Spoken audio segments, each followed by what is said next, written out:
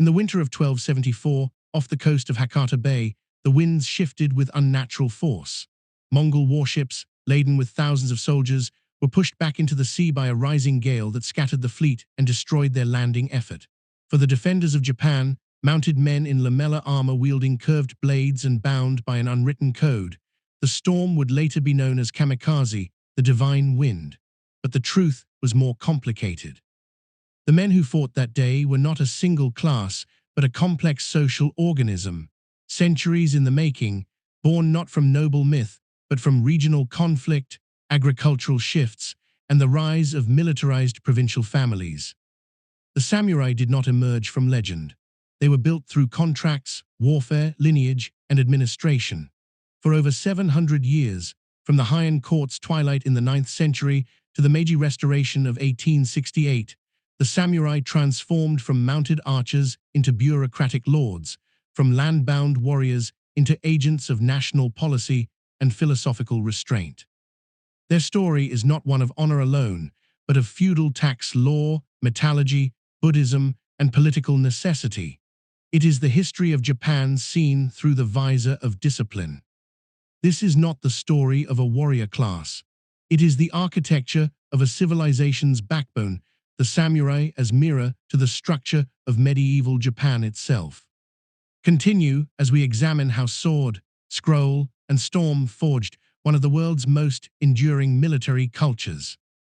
In the late 8th century, under the rule of Emperor Kanmu, the imperial court of Japan initiated a series of administrative reforms intended to consolidate central power over the outlying provinces. From the palace complex in Heian-kyo, now modern-day Kyoto, a new bureaucratic model emerged, a replication of Tang China's imperial system adapted for the archipelago's terrain and social makeup. The Ritsuryo legal codes, already promulgated earlier in the Nara period, were now enforced with renewed emphasis. Provincial governors, or kokushi, were dispatched from the capital to oversee taxation, land registration, and the maintenance of order in distant territories.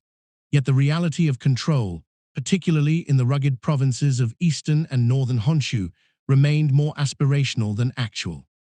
To enforce imperial will across Japan's fragmented topography, the court relied increasingly on armed retainers drawn from powerful local families, men who understood the terrain, spoke local dialects, and commanded private militias. These warriors, at first nameless in the historical record, were not the elite of Kyoto, but the scions of regional landowners whose power came from practical authority over rice production, irrigation canals, and armed manpower. Over time, these men became indispensable. Their loyalty was transactional, secured not through ideology, but through the promise of land tenure and social elevation. These provincial enforcers were the embryonic samurai, neither noble nor peasant, but a new type of intermediary actor, at once administrator, warrior, and landlord. Excavations in the Kanto region reveal fortified compounds dating from the late 9th century. Typically positioned near river crossings or agricultural nodes, these structures, earthen ramparts, palisades, and watchtowers, were not imperial outposts. Rather, they were local installations, constructed and maintained by rising military households. Ceramic shards found in these sites suggest sustained occupation, with cooking implements, ink brushes, and tally sticks indicating a dual role, martial defense and bureaucratic record-keeping. These were not isolated garrisons, but centers of regional governance under the authority of families such as the Taira, Fujiwara, and later the Minamoto. The court's need for order coincided with the growing wealth of provincial elites. The collapse of the Handan Shuju system, a legal framework that mandated periodic redistribution of land, led to the consolidation of private estates known as shun. These estates, often protected by court nobles or religious institutions, operated outside the standard tax structure. They required their own enforcement mechanisms, their own men on horseback. By the mid-10th century, a symbiotic relationship had emerged between absentee estate holders and resident military managers. The samurai was not yet a romanticized warrior, but a salaried land steward capable of wielding both sword and abacus. Meanwhile, the court's own military capacity declined. By 900 CE, the Imperial Guard units in Heian-kyo had become largely ceremonial. Real enforcement fell to private militias commissioned by aristocratic clans. Letters preserved in the Shoku Nihongi Chronicle describe disputes over tax collection where provincial officers appealed not to the emperor, but to local enforcers with names that would later populate epic war tales. Herein lies the paradox of centralization. The more the court attempted to structure power through codified law, the more it depended on those who existed outside that structure to enact it. Stratigraphic layers in the former provinces of Mutsu and Jua, frontier zones at the edge of Yamato influence, contain burned granaries, arrowheads, and mounted horse tack dating to the mid-900s.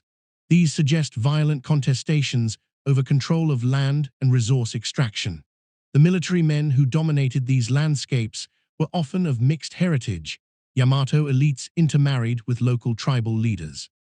Their identity, forged on the periphery, was not bound to the ideological constructs of the capital. Instead, it was rooted in practical necessity: defend the estate, extract revenue, ensure loyalty. The language of the time began to reflect this shift. The term saburao, meaning to serve, began appearing more frequently in court records to describe armed retainers. Over time, saburao evolved linguistically into samurai. Initially a verb, it became a noun, a class.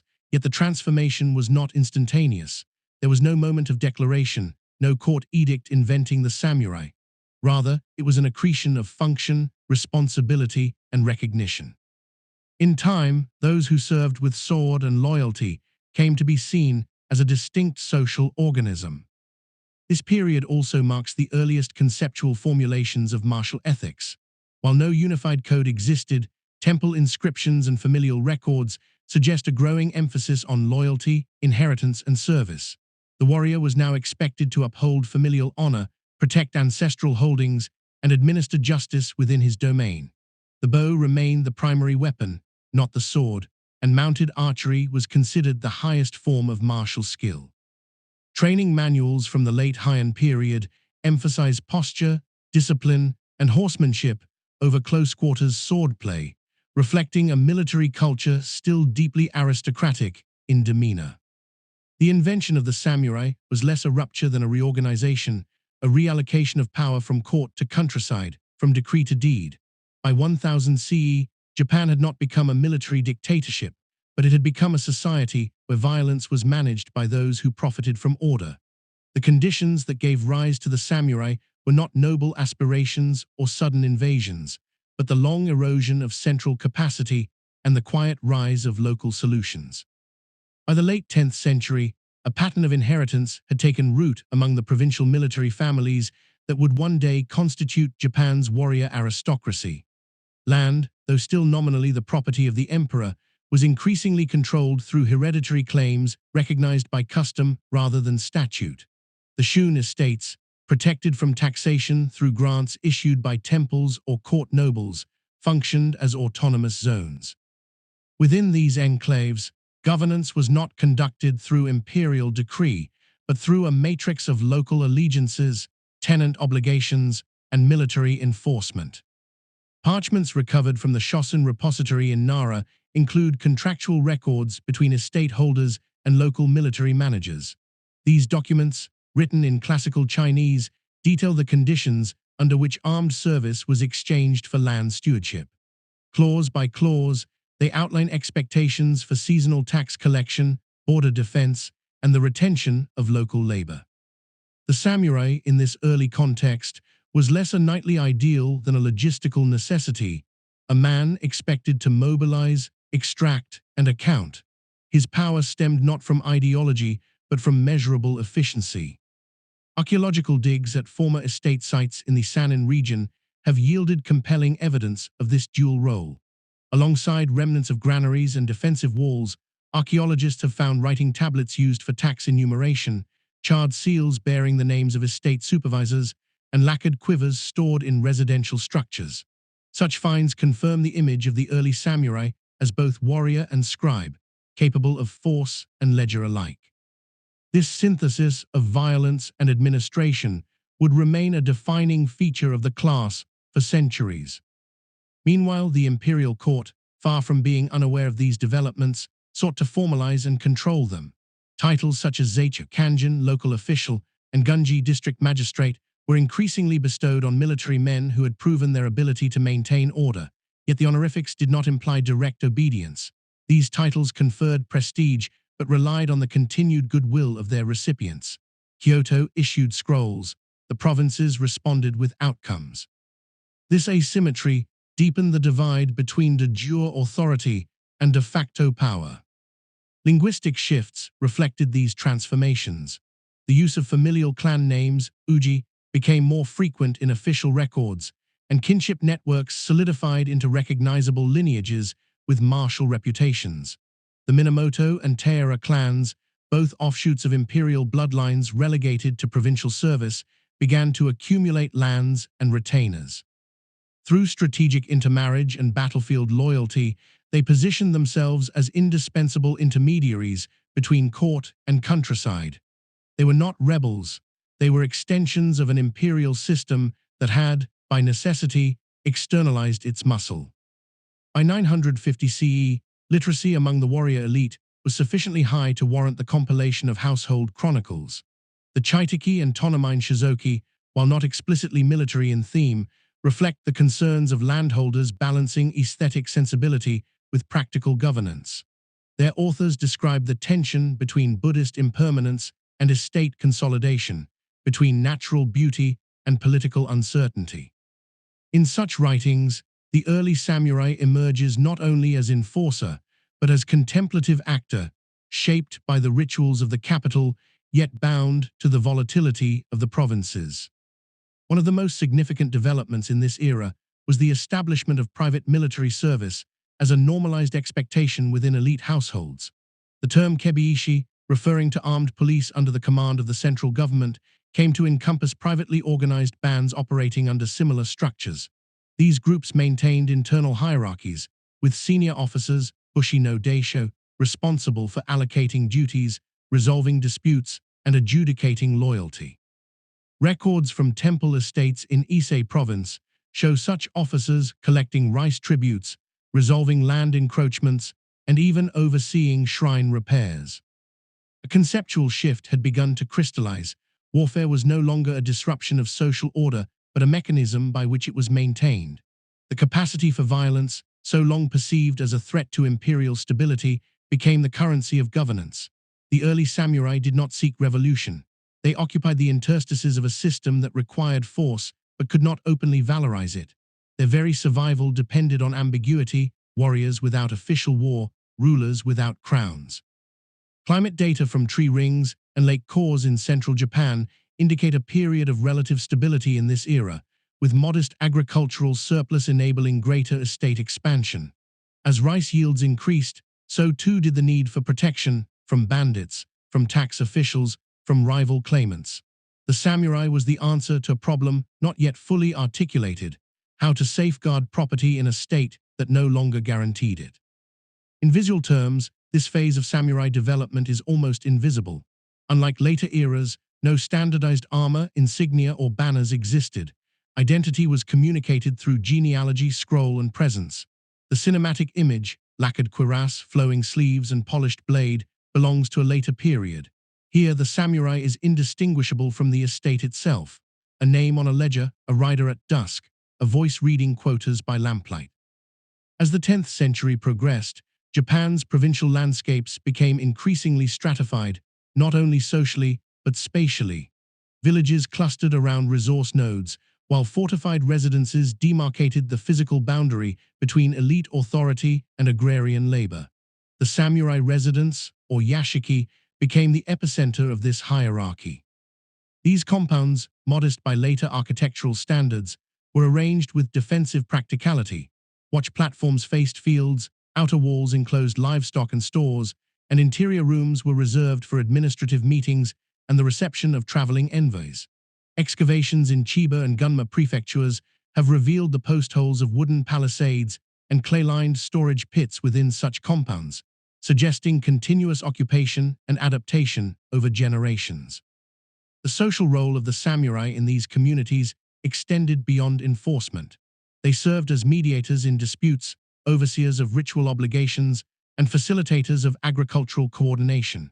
Field reports from estate supervisors in the Ogun district describe samurai intervening in flood mitigation, supervising canal repairs, and organizing seasonal labor rotations. Their authority was not imposed from without. It was embedded within the rhythms of local life.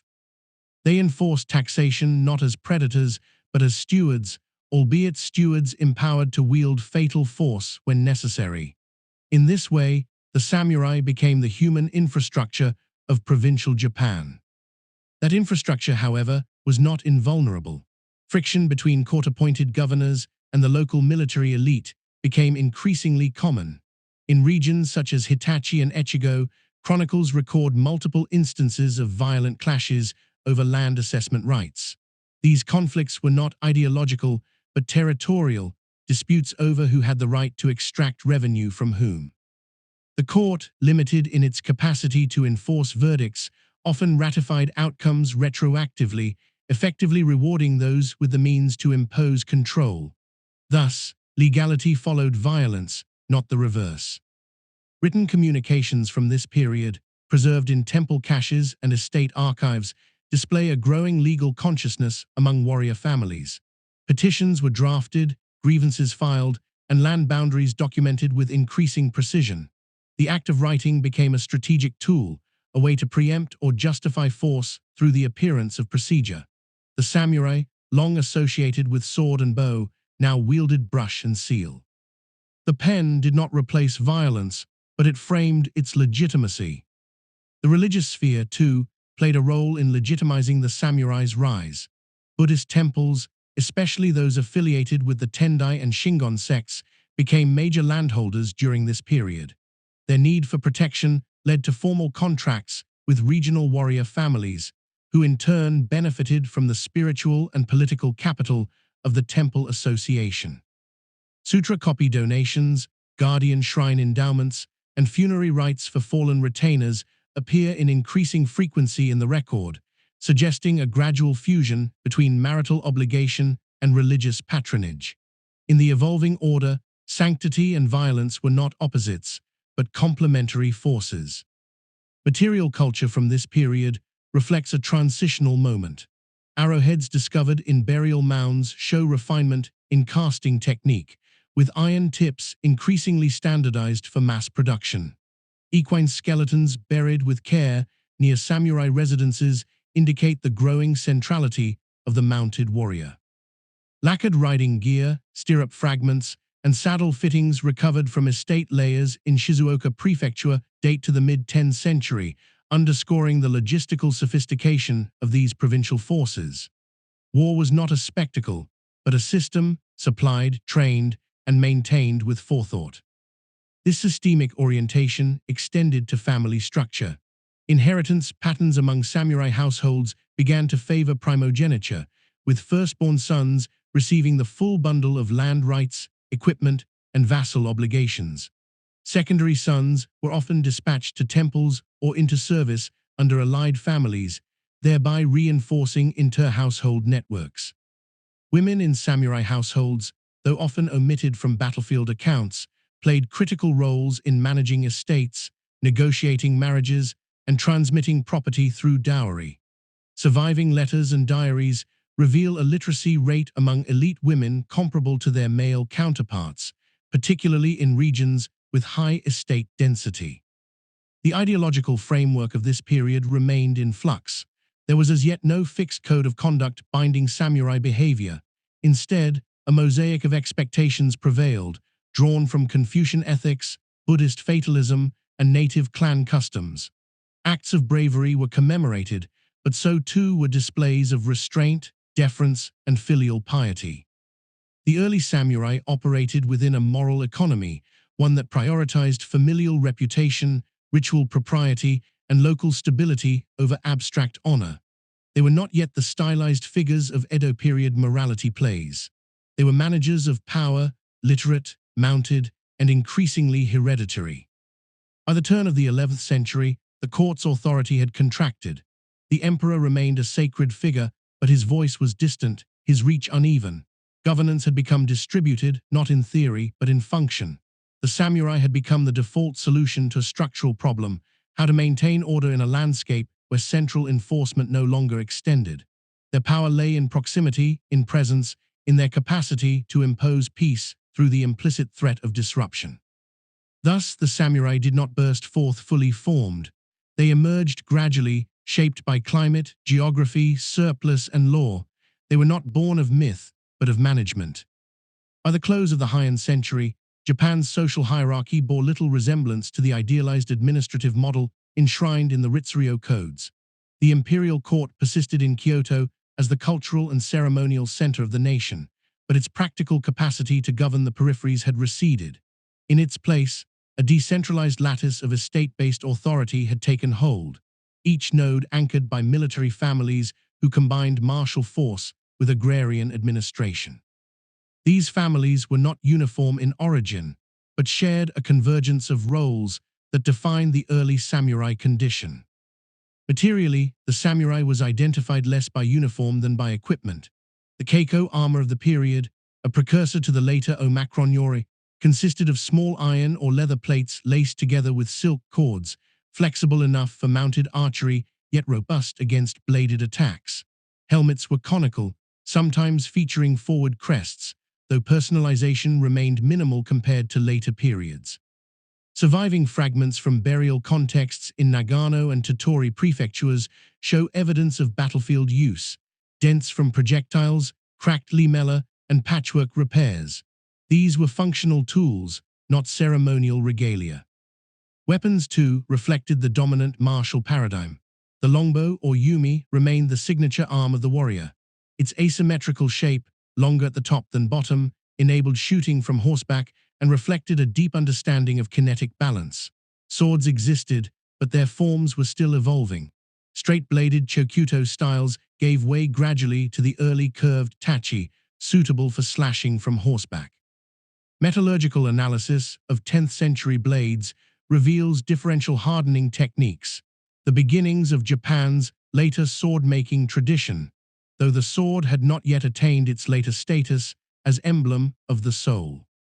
Despite this increasing specialization, the samurai was not an autonomous agent of violence. His legitimacy depended on his relationship to land. The estate shun remained the primary unit of production, and it was through estate management that the samurai derived his authority. The mechanisms of this management were bureaucratic as much as military. Land surveys, tenant ledgers, and seasonal tax quotas were enforced not merely through threat, but through routine. Force was reserved for breaches, encroachments, rebellion, or interference from rival lineages. Most of the time, the samurai's presence was preventive. Order was maintained by the quiet pressure of proximity. Census documents from the archives of Horyuji Temple record tenant populations, land yields, and corvée labor in precise script. These scrolls, preserved for centuries in controlled conditions, provide granular insight into how estates functioned as states in miniature. The military administrator, while capable of violence, more often functioned as a revenue officer. His responsibilities included monitoring crop output, adjudicating land use, and allocating tribute. In this schema, the samurai appears not as a figure of conquest, but of continuity, the enforcer of inherited structure. Yet continuity was never guaranteed. Earthquakes, crop failure, and shifting alliances could destabilize even the most entrenched estate. In such moments, the samurai became a decisive actor. Letters from the Fujiwara archives detail emergency levies of armed retainers in response to tax riots and border skirmishes. These letters are terse, formal, and deeply pragmatic. No mention of valor or code, only logistics. How many men, how much rice, how many days to arrive. The early samurai worldview was not romantic, but procedural. By 1000 CE, the outlines of a distinct class were visible. Lineages began to preserve genealogies tracing military service. Naming conventions solidified, and marital alliances between warrior families became formal instruments of policy. Education was tailored to function, literacy sufficient for record-keeping, numeracy for taxation, physical training for mounted warfare. A samurai of this period did not require philosophical justification for his role. His authority rested on continuity of service, recognition by peers, and the capacity to act. This absence of abstraction is what defined the samurai's early identity. He was not yet the subject of literature or legal ideals. He did not claim universal values or divine mandate. He was local, grounded, and specific, a man whose function emerged from necessity, whose legitimacy depended on balance between threat and order, lineage and merit, sword and seal. From these roots, the later institutions of shogunate, domain, and martial code would grow. But here, in the final century of the first millennium, the samurai was still proximate to the soil, a figure of the field, the riverbank, the border trail. He marked the edge of the court's reach and the beginning of something new.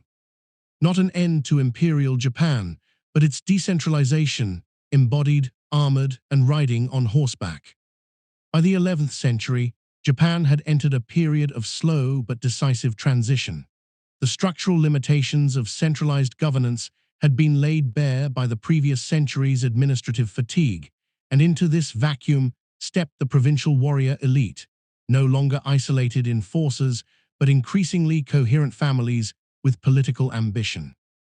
These were the first warrior houses, lineages defined not solely by inheritance, but by the conscious cultivation of power through marriage, land management, and military service.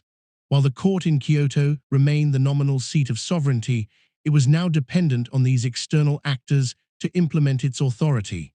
In time, that dependency would invert the hierarchy.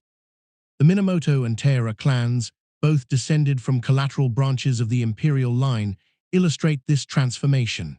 Originally dispatched to the provinces as functionaries or appointed protectors of strategic regions, they used their imperial surnames to claim legitimacy in the outer domains. Over successive generations, they accumulated land, armed retainers, and political capital. What began as dispersed landholdings coalesced into regional strongholds, with localized power centers often hundreds of kilometers from the capital. The Minamoto, particularly in the Kanto region, emerged as de facto lords of vast swathes of eastern Japan. The Taira, more closely tied to court circles, gained influence through military campaigns and service in distant provinces like Kyushu. Administrative records from the Enji Shiki and later provincial codices illustrate how the court increasingly relied on these families to suppress piracy, collect delinquent taxes, and adjudicate territorial disputes. The court's own capacity to project force had diminished to the ceremonial and provincial matters, especially those involving violence, fell by default to those who could raise armed men.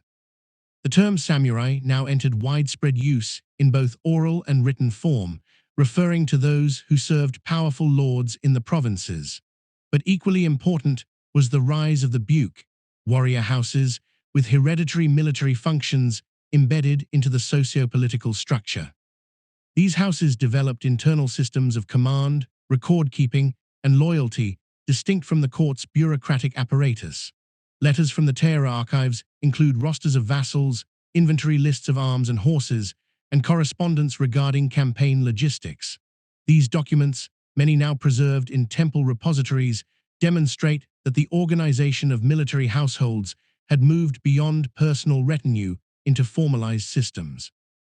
Hierarchies of command were based on both kinship and proven martial ability.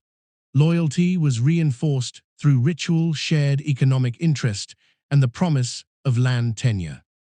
Meanwhile, the court's attempts to reassert control through legal codification had limited effect. The Kyukyu Shoran, a 12th-century legal compilation, reflects a world in which authority must be negotiated. Warrior households frequently defied tax assessments, delayed tribute, or engaged in feuds without immediate consequence. Adjudications from the capital were often ignored or strategically delayed. This was not anarchy, but parallel governance, a world where legality was contextually interpreted through the lens of military utility and local consensus. Material evidence from fortified estates of this period supports this shift.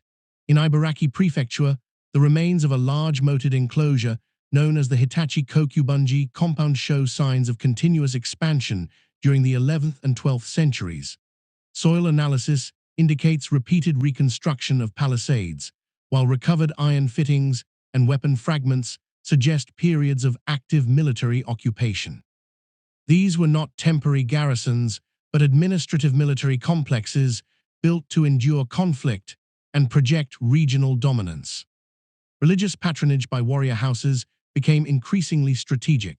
Temples were not only centers of ritual and learning, but also safe depositories for documents, land titles, and family archives. The Taira, in particular, invested heavily in Buddhist institutions, endowing temples with lands in exchange for spiritual merit and legal shelter. Sutra scrolls commissioned by Taira no Kiyomori and his descendants reflect an elite attempting to fuse military legitimacy with divine favor.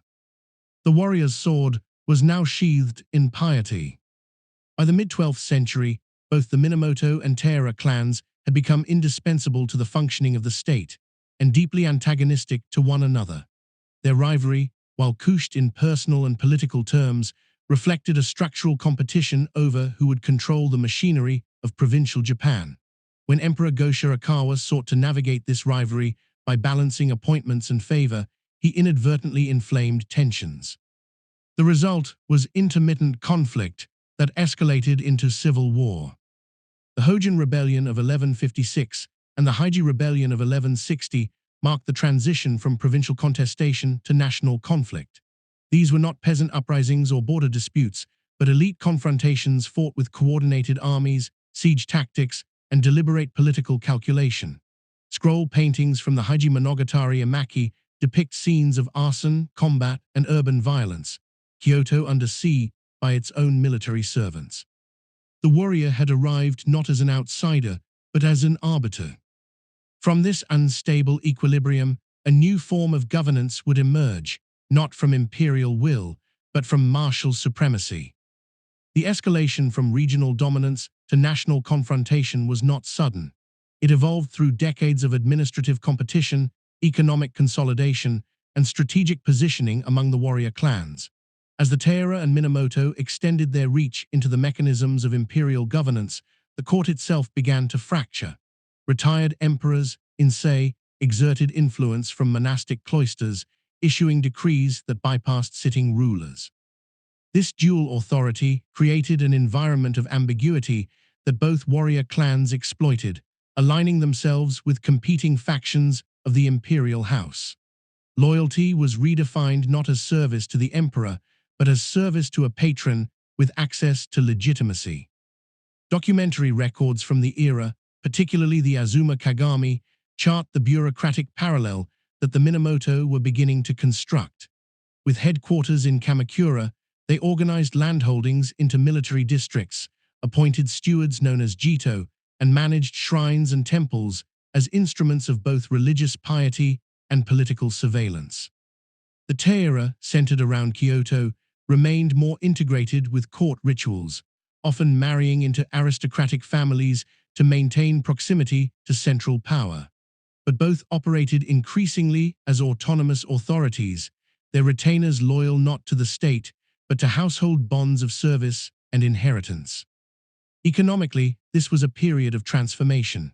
Land records indicate a substantial increase in private estate ownership, often acquired through legal loopholes, imperial grants, or outright coercion. Estates were bundled into larger domains under the control of high-ranking samurai families who exacted rents, controlled irrigation systems, and enforced their own judicial rulings. This decentralization was masked by the continued ceremonial authority of the emperor, but on the ground, the warrior house had become the unit of governance. Material culture of the late Heian period reflects this layered complexity.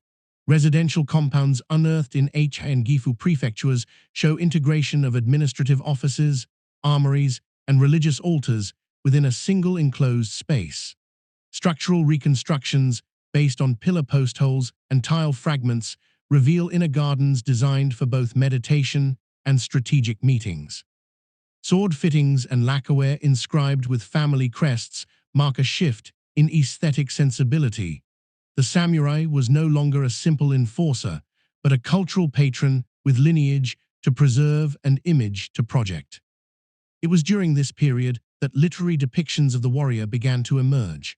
Though written by courtly authors, works such as The Tale of the Hike and the Kenjaku Monogatari captured the public's attention with tales of martial bravery, loyalty, and the impermanence of life. These narratives, though stylized, were based on real events and real figures. Taira no Tadamori, Minamoto no Yoriyoshi, and other early leaders became archetypes, their exploits retold across generations. While the literary record romanticized these figures, it also cemented their centrality to Japan's evolving political identity. In practical terms, warfare during this time was transitioning. The individualized mounted archer, the ideal form of combat from earlier centuries, gave way to more coordinated tactics involving infantry support, castle sieges, and supply line disruption. Weapon deposits from known battle sites, such as the Hojin and Heiji conflicts, show a mix of long-range and close combat tools. Bows with composite horn reinforcement, swords with early differential tempering, and iron-tipped spears. Arrowheads recovered at Kyoto's Sanjo Palace bear burn marks, suggesting use in incendiary raids, a tactic previously rare in court-sanctioned warfare. The samurai's function was no longer episodic. Campaigns lasted months, sometimes years, requiring not just combat skill but logistical foresight. Supply chains, rice, fodder, smithing equipment had to be maintained across long distances. Family members took on administrative roles while their kin rode into battle. Women managed the estate, supervised vassals, and in some cases participated in armed defense. Correspondence from the Minamoto house reveals instructions sent to wives detailing political decisions, economic conditions, and strategic concerns, a clear indication of their integral role in maintaining household continuity. As both the Taira and Minamoto deepened their infrastructure, the scale of their confrontations expanded. Battles were no longer skirmishes, but strategic contests involving sieges of fortified manors, disruption of tax flows, and the occupation of transport routes. Control of key trade paths, such as the Takeda Road, became essential for troop movement and economic stability. Warriors were increasingly compensated with land or permanent stewardships, anchoring their loyalty to the success of their house's long-term ambitions. By the 1170s, Taira no Kiyomori had achieved what no warrior before him had: near total control over the imperial apparatus. Appointed Grand Minister Daijo Daijin, he positioned his relatives in key court roles, married his daughter into the imperial family, and governed from within the ceremonial center of power. Yet this ascendancy carried the seeds of resentment. The Minamoto, though temporarily subdued, regrouped under new leadership. Among them was Minamoto no Yoritomo, exiled to Izu, but building a coalition of disgruntled warriors and disenfranchised estates. His quiet preparation marked the beginning of a shift, not just in power, but in the structure of government itself. A confrontation between the two great houses was no longer a possibility. It had become inevitable. The outbreak of the Genpei War in 1180 was the culmination of nearly 2 centuries of layered transformation, from the erosion of centralized bureaucracy to the rise of regional military governance. But unlike earlier episodes of elite conflict, the Genpei War was not merely a power struggle. It was the structural resolution to a question left unanswered since the decline of the Ritsuryo system. Who, in a divided realm, had the authority to govern? The Minamoto and Taira clans, each with their own military, economic, and symbolic power bases, represented competing models of rule, one rooted in court integration, the other in martial autonomy. The war began when Prince Mochihito, a challenger to the imperial throne, issued a call to arms backed by Minamoto leaders. Though the initial uprising in Kyoto was swiftly crushed, the rebellion spread rapidly through the eastern provinces, where Minamoto no Yoritomo had already begun organizing a military coalition from his base in Kamakura. His initial forces were modest, provincial retainers, former vassals, and disaffected estate managers, but his administrative experience and long-term vision proved decisive. He did not seek to occupy the capital, he aimed to create an alternative to it. Archaeological data from battlefield sites, such as Ishibashiyama and Fujikawa, confirm the rapid mobilization of local forces during these early campaigns. Recovered artifacts include hastily forged arrowheads, broken stirrups, and ceramic ration containers. The lack of uniformity in armaments indicates a decentralized mobilization effort, typical of early Minamoto warfare. Yet tactical innovations were evident. Night attacks, use of river crossings, and calculated withdrawal, all signs of a maturing military doctrine shaped by years of regional experience rather than court instruction. Meanwhile, Taira no Kiyomori maintained control of Kyoto, but found his power increasingly brittle. His reliance on court rituals and urban enforcement left him vulnerable to disruptions in the provinces. Economic networks that once supplied the capital began to shift allegiance or break down entirely.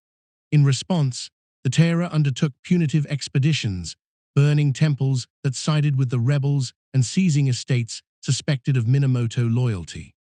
The burning of Todaijai and Kofukujai in 1181, carried out by Taira forces, became emblematic of the clan's overreach, an act that alienated Buddhist institutions and fractured their ideological legitimacy.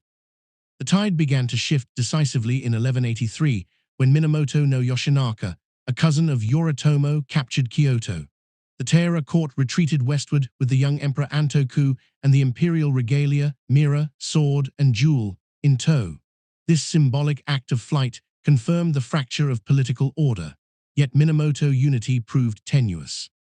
Yoshinaka's looting of the capital and attempts to dominate court affairs prompted a swift response from Yoritomo's half-brother, Minamoto no Yoshitsune, whose forces expelled Yoshinaka and restored a fragile equilibrium.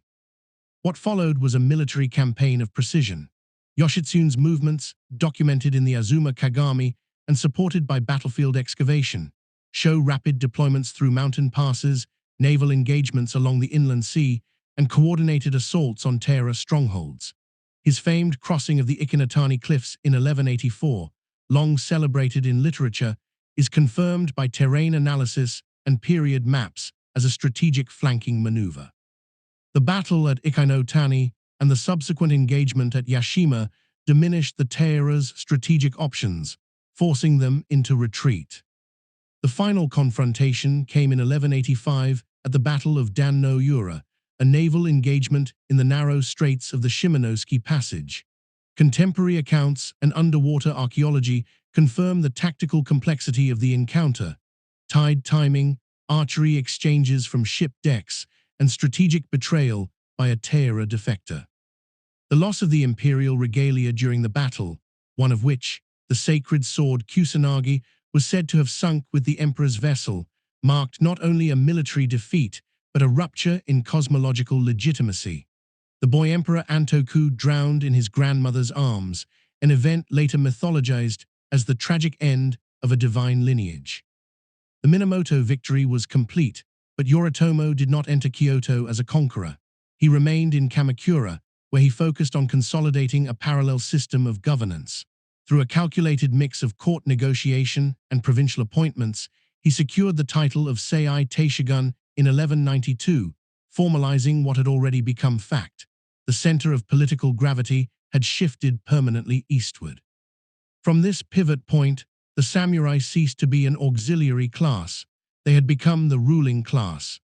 The conclusion of the Genpei War and the extinction of the Taira political line did not merely mark the end of a conflict. It marked the irreversible transition of Japan into a feudal polity. For centuries, the imperial court had stood as the axis of sovereignty, presiding over a network of estates, temples, and bureaucracies. But with Minamoto no Yoritomo's calculated refusal to rule from Kyoto, a new precedent was established. Government by warriors, exercised from a militarized capital, and defined by a logic of land, rank, and hereditary service. Kamakura, nestled between wooded hills and the sea, was not chosen for its symbolic stature, but for its defensibility and distance. Yoritomo understood that political durability required both administrative control and strategic insulation. From this coastal enclave, he constructed the apparatus of Japan's first bakufu, or military government. The term literally meant tent government, but the institution was permanent. Its officials, Shugo, provincial constables, and Jito, estate stewards, were deployed across the country, their authority grounded not in imperial commission, but in martial precedent. For the first time, Japan possessed a bifurcated structure. Kyoto retained ritual and culture, while Kamakura wielded law and force. Primary sources such as the Joi Shikimoku, promulgated shortly after Yoritomo's death, but reflective of his policies, codify this new order. Legal articles define property rights, inheritance protocols, and vassal obligations with remarkable specificity.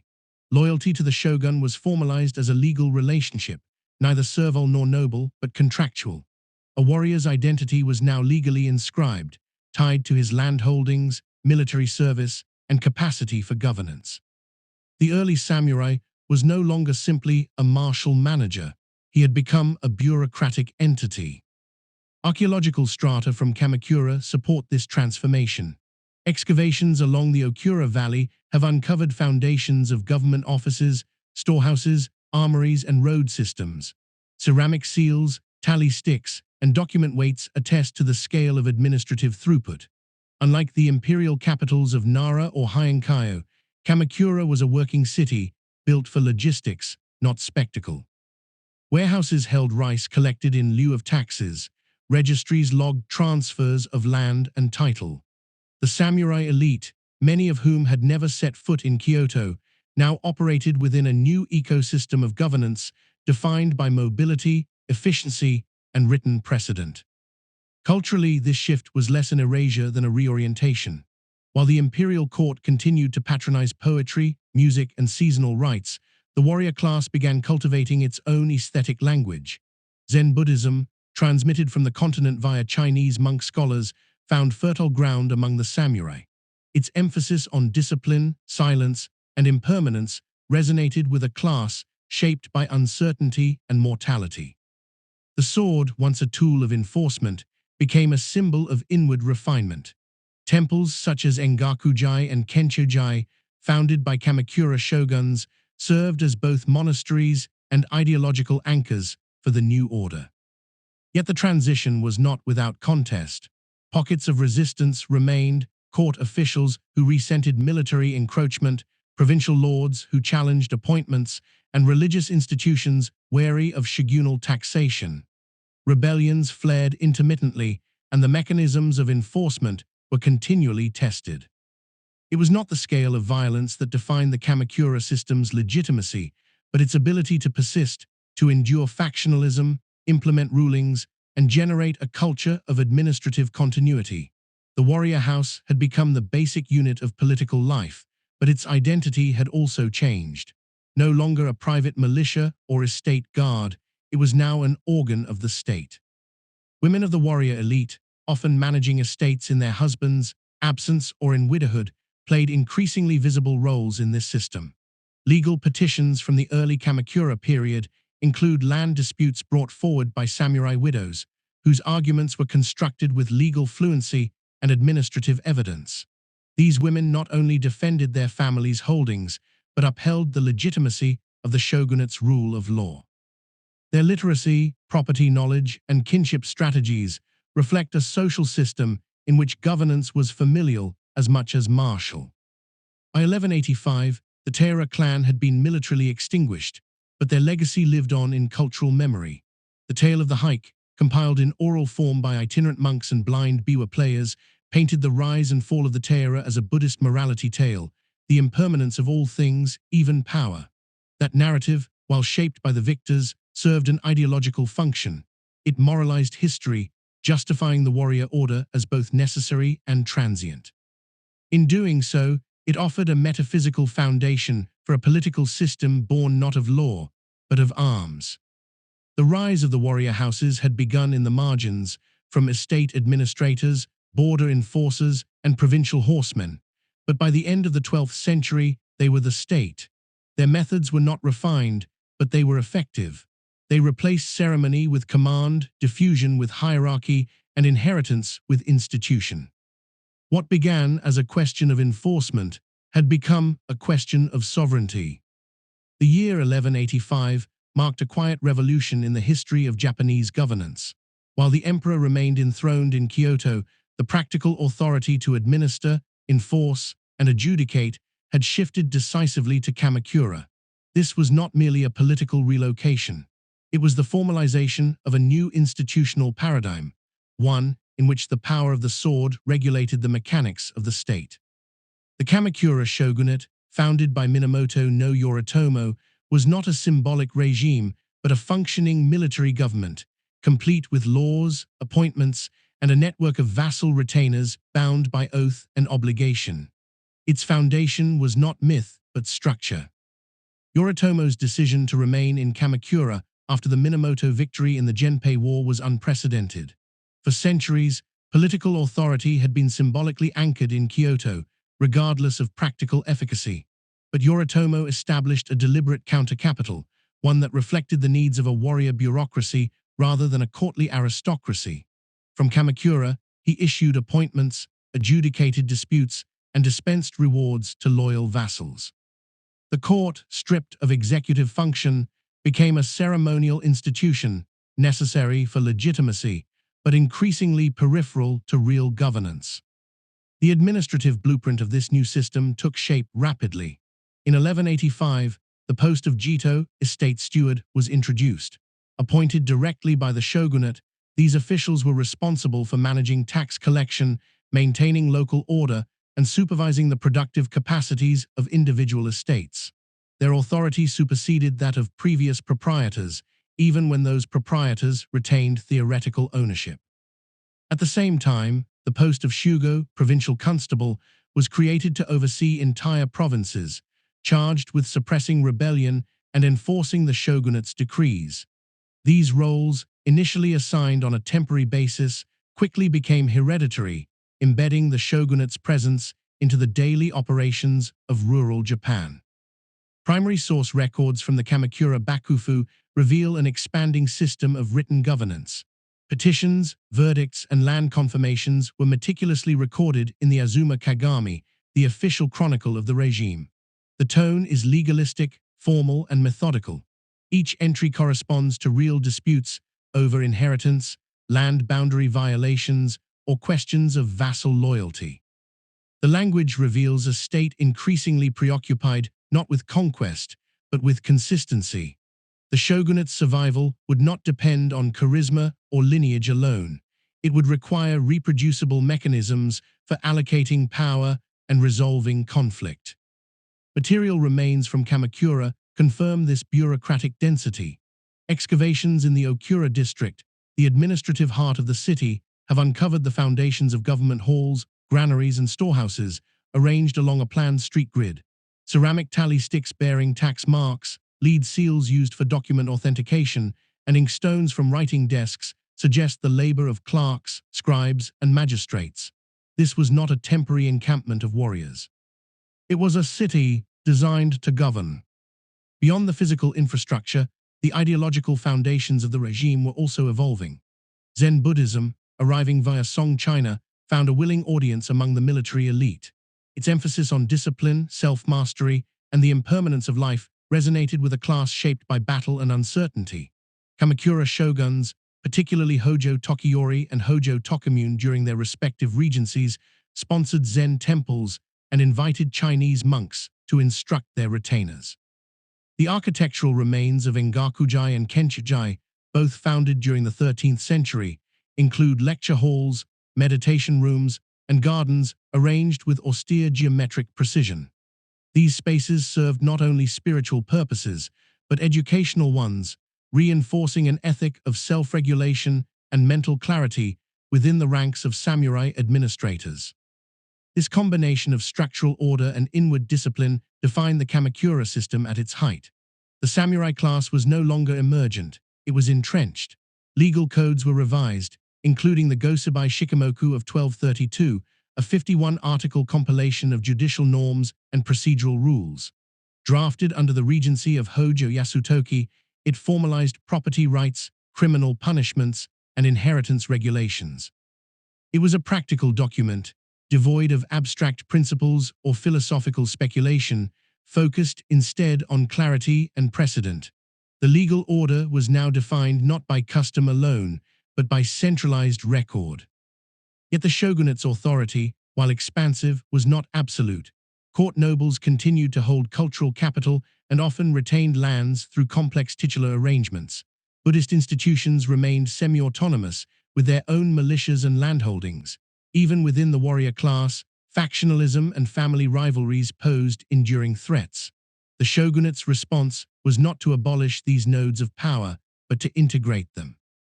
Authority became a layered structure: emperor, shogun, constable, steward, each role situated within a matrix of oaths, stipends, and administrative oversight. This system would be tested not by internal resistance, but by an external threat unlike any the archipelago had yet faced. The structural clarity of the Kamakura system was tested for the first time on a scale unprecedented in Japanese history in the final decades of the 13th century. In 1274 and again in 1281, the Mongol Empire, then at the height of its expansion, launched military invasions against the Japanese archipelago. Orchestrated under the rule of Kublai Khan, the campaigns aimed to incorporate Japan into the vast tributary web of the Yuan dynasty. For the first time, the samurai class would face an enemy not born of internal faction or feudal rivalry, but of a foreign empire that operated on different strategic principles and far greater logistical depth. Contemporary sources, including the Moko Shurei Ekatoba scrolls and court annals, document the events in vivid detail. The first invasion in 1274 involved approximately 30,000 troops aboard nearly 900 vessels, a composite force of Mongols, Koreans, and Northern Chinese. The Mongol strategy emphasized overwhelming force, massed infantry, and explosive projectile weapons unfamiliar to Japanese defenders. The initial landing near Hakata Bay caught local samurai off guard. The Mongols employed tight infantry formations, coordinated drum signals, and shielded advance, all stark contrasts to the Japanese emphasis on individual mounted duels. Excavations at the presumed battlefield sites in Fukuoka Prefecture have yielded Mongol iron projectile fragments, ceramic grenades filled with gunpowder, and arrowheads of distinct continental manufacture. Japanese arrowheads, typically barbed and asymmetrical, are interspersed in the same stratigraphic layers, indicating close-range exchanges. The archaeological record shows fires, hastily constructed barricades, and evidence of mass casualties. Despite these tactical disadvantages, the Japanese defenders prevented a complete beachhead from forming. On the second night, a violent storm, later enshrined in national memory as the Kamikaze or Divine Wind, scattered the Mongol fleet, sinking many ships and forcing a retreat. Rather than consider the storm a miracle in isolation, the Kamakura shogunate responded as an institution shaped by the practicalities of war. Recognizing that further invasions were likely, they initiated one of the most ambitious defensive projects in Japanese history. Over the following years, stone seawalls were constructed along the Hakata coast, designed to prevent future landings. Remnants of these structures, precisely quarried, laid in interlocking formations, and reinforced with clay, still exist today, providing a rare example of pre-modern Japanese military engineering on a national scale. The second invasion in 1281, far larger in scope, involved two fleets, one departing from Korea and another from southern China. Together, they are estimated to have carried over 140,000 men. The Japanese defense was more organized. Samurai from across the archipelago had been mobilized through a new system of obligation known as Gokunin service. These vassals, drawn from hereditary warrior families, were now directly answerable to the shogunate, which had formalized their status through land grants and legal protections. Their response to the invasion was swift and coordinated, with reinforcements dispatched not just to Kyushu, but along the inland sea and coastal ports. Combat reports recorded in temple archives and estate chronicles from the Kanto region describe nightly raids against anchored Mongol ships, supply disruptions, and the use of small boats to board and burn enemy vessels. Once again, after weeks of fighting, a powerful typhoon struck, this time devastating the southern fleet, many of whose ships had been hastily built in occupied Chinese ports. Thousands of men drowned, and the surviving invaders were either killed or captured. The threat of a Mongol conquest ended, but the cost of defense had profound consequences. Unlike traditional domestic wars, the Mongol invasions offered little opportunity for the acquisition of land or plunder. Samurai who had served with distinction expected compensation, but the shogunate, having won through defense, not conquest, had few spoils to distribute. This economic constraint strained the legitimacy of the Goknin system. Some warriors received ceremonial promotions or tax leniencies, but many returned to their provinces with only verbal acknowledgement. Over time, dissatisfaction grew among the lesser samurai, many of whom had mortgaged their estates to finance their own mobilization. To manage this growing complexity, the shogunate doubled down on bureaucratic methods. Detailed registries of military service were compiled, land surveys were revised, and inheritance claims were scrutinized. The Kamakura regime now functioned more like a court of arbitration than a military command center, resolving disputes between vassals, managing succession conflicts, and overseeing provincial law enforcement. Legal petitions from this era reveal a gradual transition in samurai identity, from independent actor to managed retainer within a rigid administrative hierarchy. The Hojo family, who had ruled as regents shikken since the early 13th century, tightened their grip during this period. Although the Minamoto line had ended in the early 1200s, the Hojo governed through puppet shoguns and an expanding secretariat. Their control was effective but brittle, dependent on a narrow oligarchy and increasingly unpopular with outer domains. The institutional success of the Mongol defense had paradoxically weakened the regime's long-term cohesion. Stability had been purchased at the cost of flexibility. Still, the Kamakura system endured, not because of force alone, but because it had constructed a durable template for rule, one that merged military responsibility with legal process, regional autonomy with central oversight. The samurai were no longer simply warriors. They were now an interlocking class of landholders, judges, accountants, and defenders, bound not just by loyalty, but by law. But law alone would not be enough to forestall the next crisis. It would not come from across the sea, but from within the sacred heart of Kyoto itself. In the early 14th century, the Kamakura shogunate remained Japan's central organ of military governance, but its foundations had begun to show signs of erosion. The threat no longer came from foreign shores, but from the fissures within the state itself, specifically from the imperial institution, long sidelined yet never entirely dormant. A new figure had emerged in Kyoto, Emperor Go-Daigo. Ascending the throne in 1318, he represented a rare combination of scholarly rigor and political ambition. Unlike his predecessors, content to preside in ceremony and delegate real power, Go-Daigo envisioned a restoration of direct imperial rule, not as a return to ancient rights, but as a modern assertion of sovereign authority. The emperor's challenge to the shogunate was rooted in both ideology and policy. He rejected the notion of warrior supremacy and sought to re-establish court control over provincial appointments, land tenure, and judicial decisions. To do this, he quietly built alliances with discontented samurai, men who had served in the Mongol defenses but found themselves unrewarded, as well as court nobles who had been economically displaced by the expansion of warrior landholdings. Records from the Teiheki, a chronicle compiled in the aftermath of the events, outline these clandestine meetings, political marriages, and coded correspondences. The emperor's strategy was deliberate, long-term, and ultimately destabilizing. The Kamakura regime, increasingly ossified under the Hojo regents, underestimated the threat. Its administrative energy had become reactive, focused on mediating disputes and policing land claims rather than generating new legitimacy. The Goknin network, once tightly bound by oaths of loyalty and coordinated military service, had become diffuse. Many lesser vassals managed their own affairs with minimal reference to Kamakura, while regional constables grew autonomous, extracting local taxes and ruling as neodaimyo in all but title.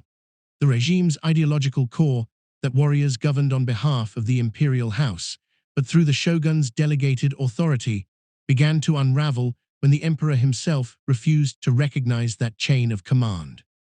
In 1331, Go-Daigo launched an open rebellion.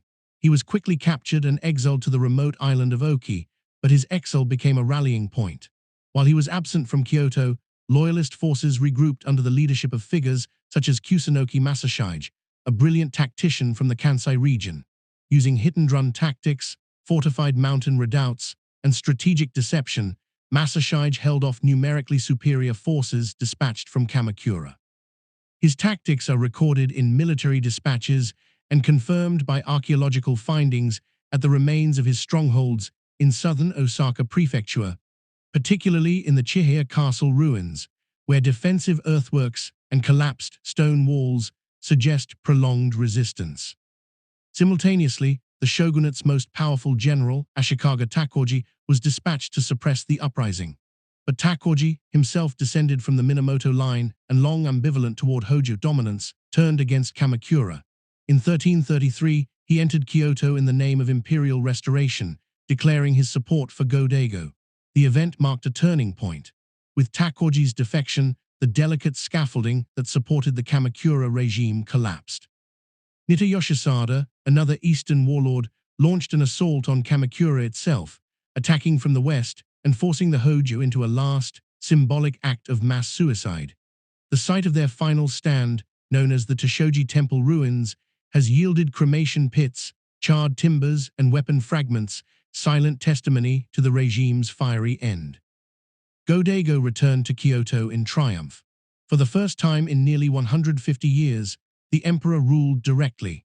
His short-lived period of governance, known as the Kenmu Restoration, 1333–1336, aimed to dismantle the shogunate's bureaucratic legacy and replace it with a reasserted courtly hierarchy.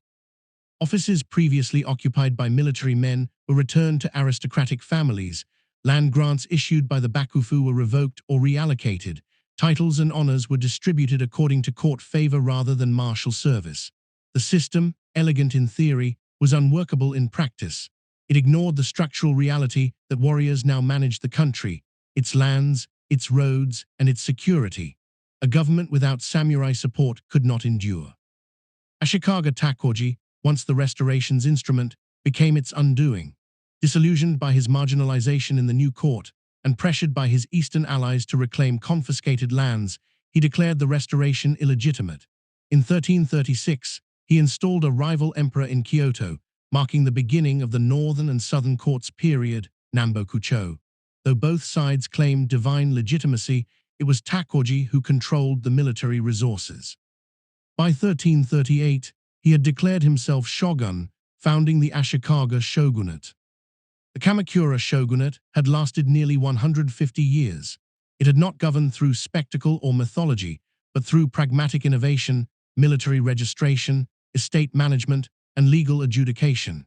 Its failure was not due to invasion or economic collapse, but to institutional rigidity. It could not adapt to a landscape in which warriors no longer served in chains of loyalty, but in networks of self-interest. Its structures would live on, but its authority would be claimed by new hands. In 1336, the political map of Japan was redrawn. With the imperial court now split between rival claimants, one in Kyoto, backed by Ashikaga Takoji, and another in Yoshino, supported by Emperor Go-Daigo, a period of dual sovereignty began that would endure for over half a century. But more than a dynastic crisis, the birth of the Ashikaga shogunate marked the consolidation of a new governing model, one in which the military elite, while grounded in martial legitimacy, began to intertwine themselves with cultural refinement, patronage networks, and courtly ritual. The result was a regime that fused sword and brush, administration and aesthetics, violence and taste. Ashikaga Takoji's seizure of Kyoto signaled more than a geographic preference. It reflected a strategic reintegration of the warrior class into the ceremonial heart of Japan. Unlike the Kamakura shogunate, which had maintained physical and ideological distance from the court, the Ashikaga embraced proximity to aristocratic tradition. The shogunate's headquarters, the Muromachi district in northern Kyoto, became the symbolic and administrative nucleus of this hybrid order.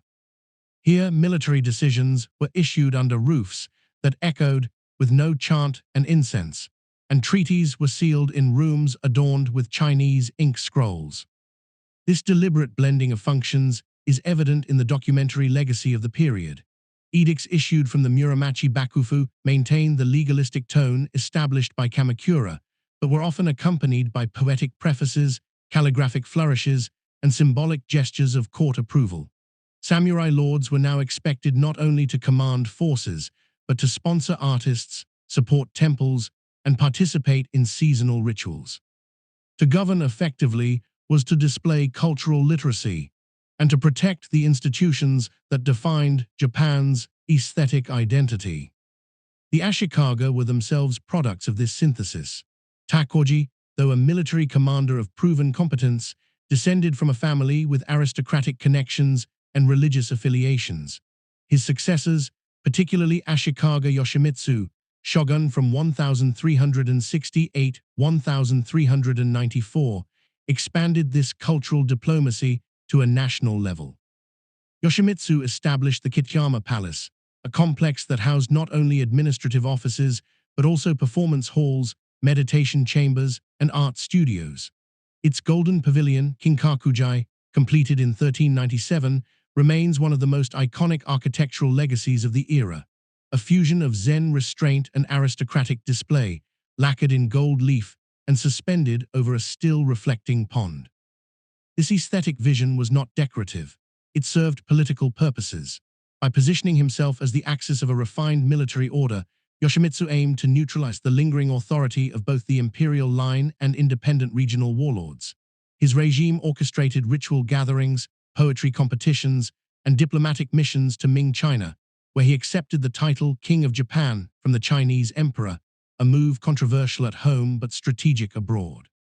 The shogunate's foreign policy now functioned through gift exchange, formal tribute, and regulated trade, especially in lacquerware, swords, and copper, via controlled ports like Hakata and Sakai. Archaeological evidence from Kyoto's Muromachi district confirms the urban densification and infrastructural investment of this period. Excavations have uncovered remains of tiled roads, drainage channels, and foundations of Shoin-style residences that became the template for samurai homes across the archipelago.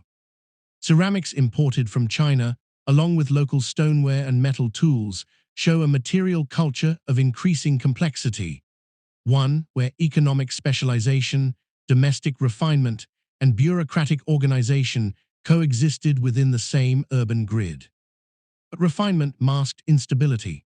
Beneath the surface of cultural consolidation, Japan's provincial domains remained fragmented. The Ashikaga regime depended on the compliance of regional Shugo military governors who wielded broad authority in their provinces, collecting taxes, administering justice, and maintaining military forces. Over time, many of these governors became hereditary lords in all but name, entrenched in their territories and less responsive to central command.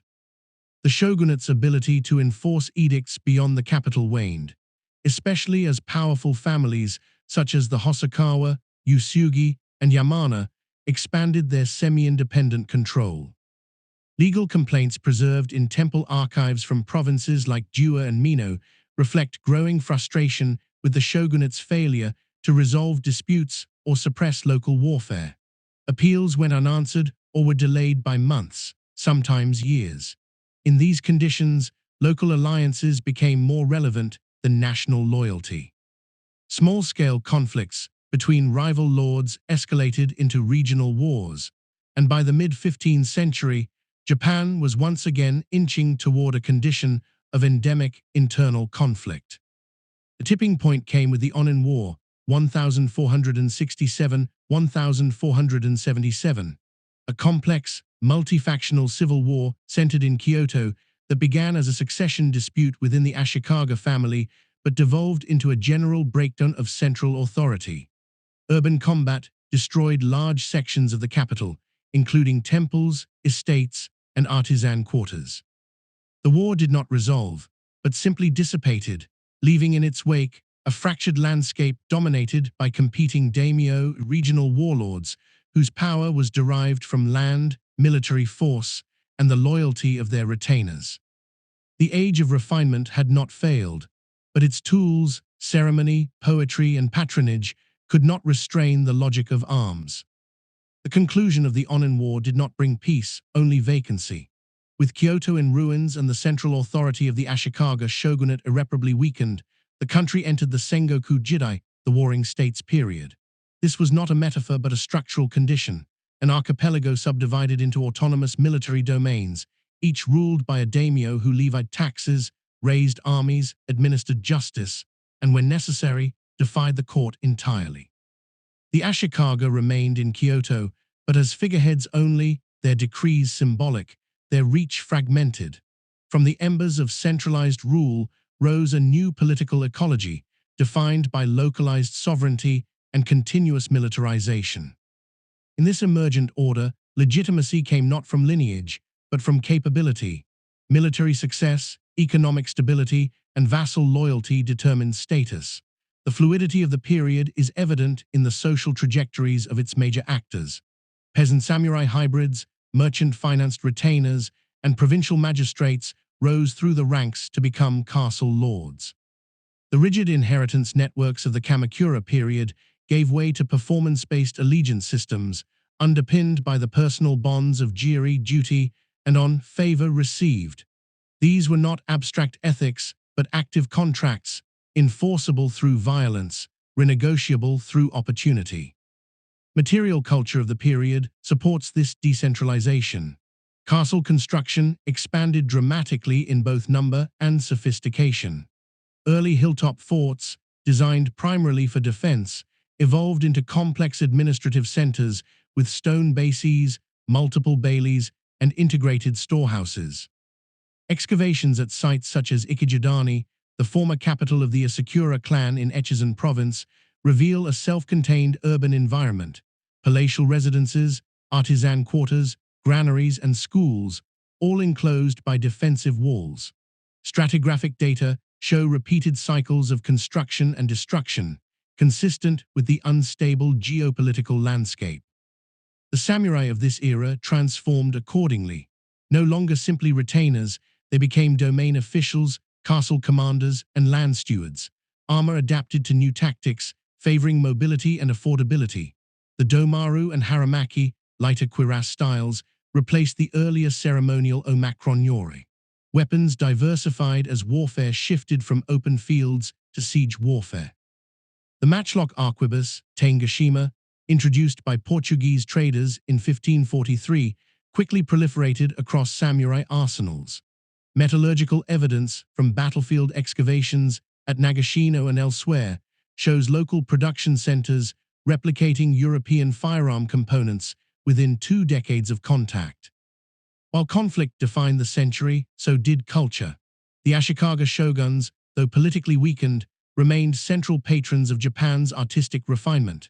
No theater reached its canonical form during this period, supported by shogunal grants and temple-based instruction.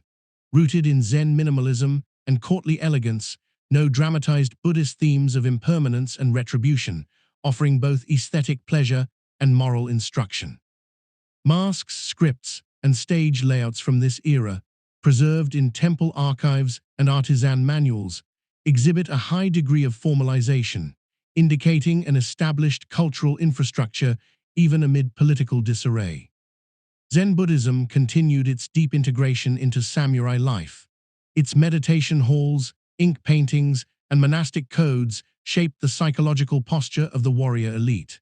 The Chado, the way of tea, emerged not as a decorative pastime, but as a ritual of discipline, aesthetic judgment, and social negotiation. Tea rooms were designed to reflect harmony, wa, respect kei, purity sei, and tranquility jaku, values that paralleled the internal order expected of a military retainer. Ashikaga Yoshimasa, the 8th shogun, presided over the construction of the Silver Pavilion Jinkakujai, a monument not to power, but to reflective imperfection, a deliberate counterpoint to his grandfather's Golden Pavilion. Documentation from this period also shows the growing importance of land surveys, tax rolls, and clan codes.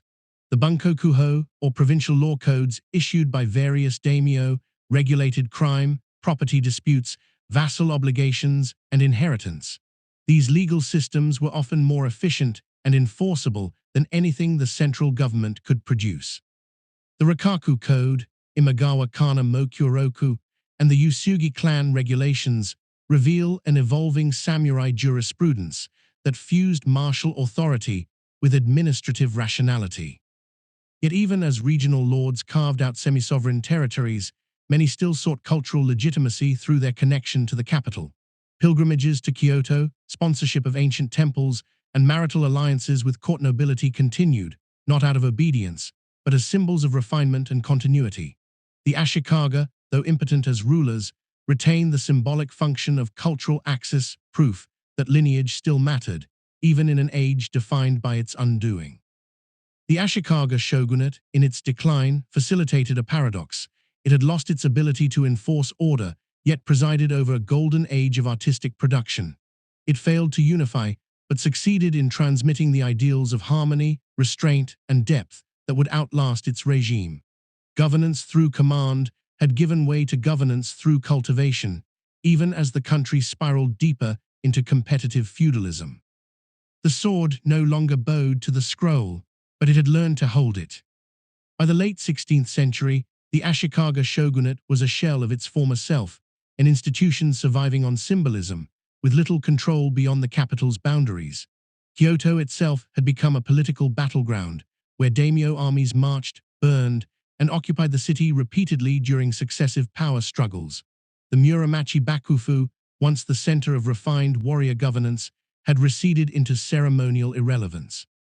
Yet it remained in place, not for its strength, but because no singular force had yet emerged capable of erasing it entirely. This vacuum of national leadership had consequences.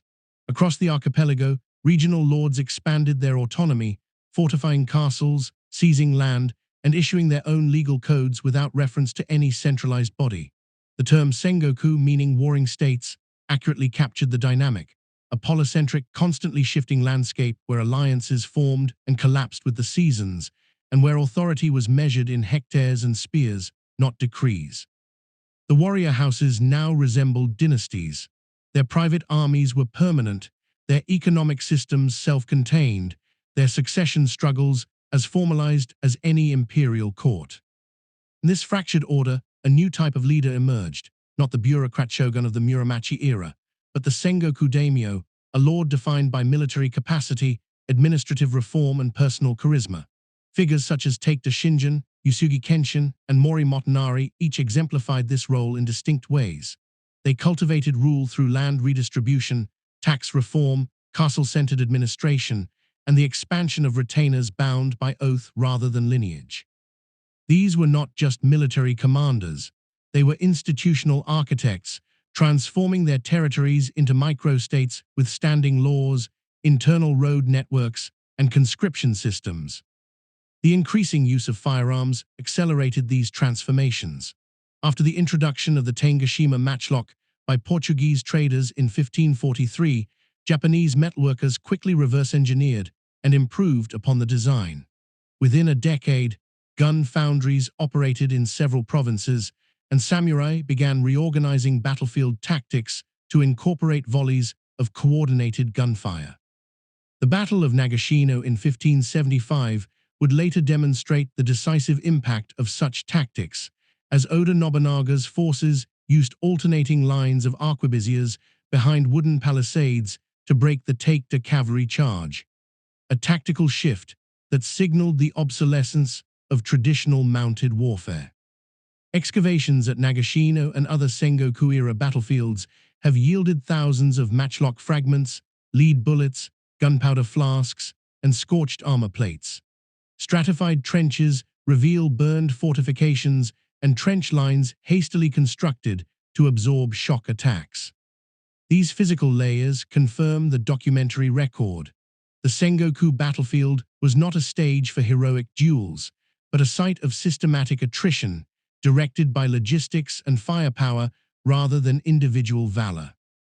Despite the violence, this was also a period of remarkable cultural exchange and synthesis.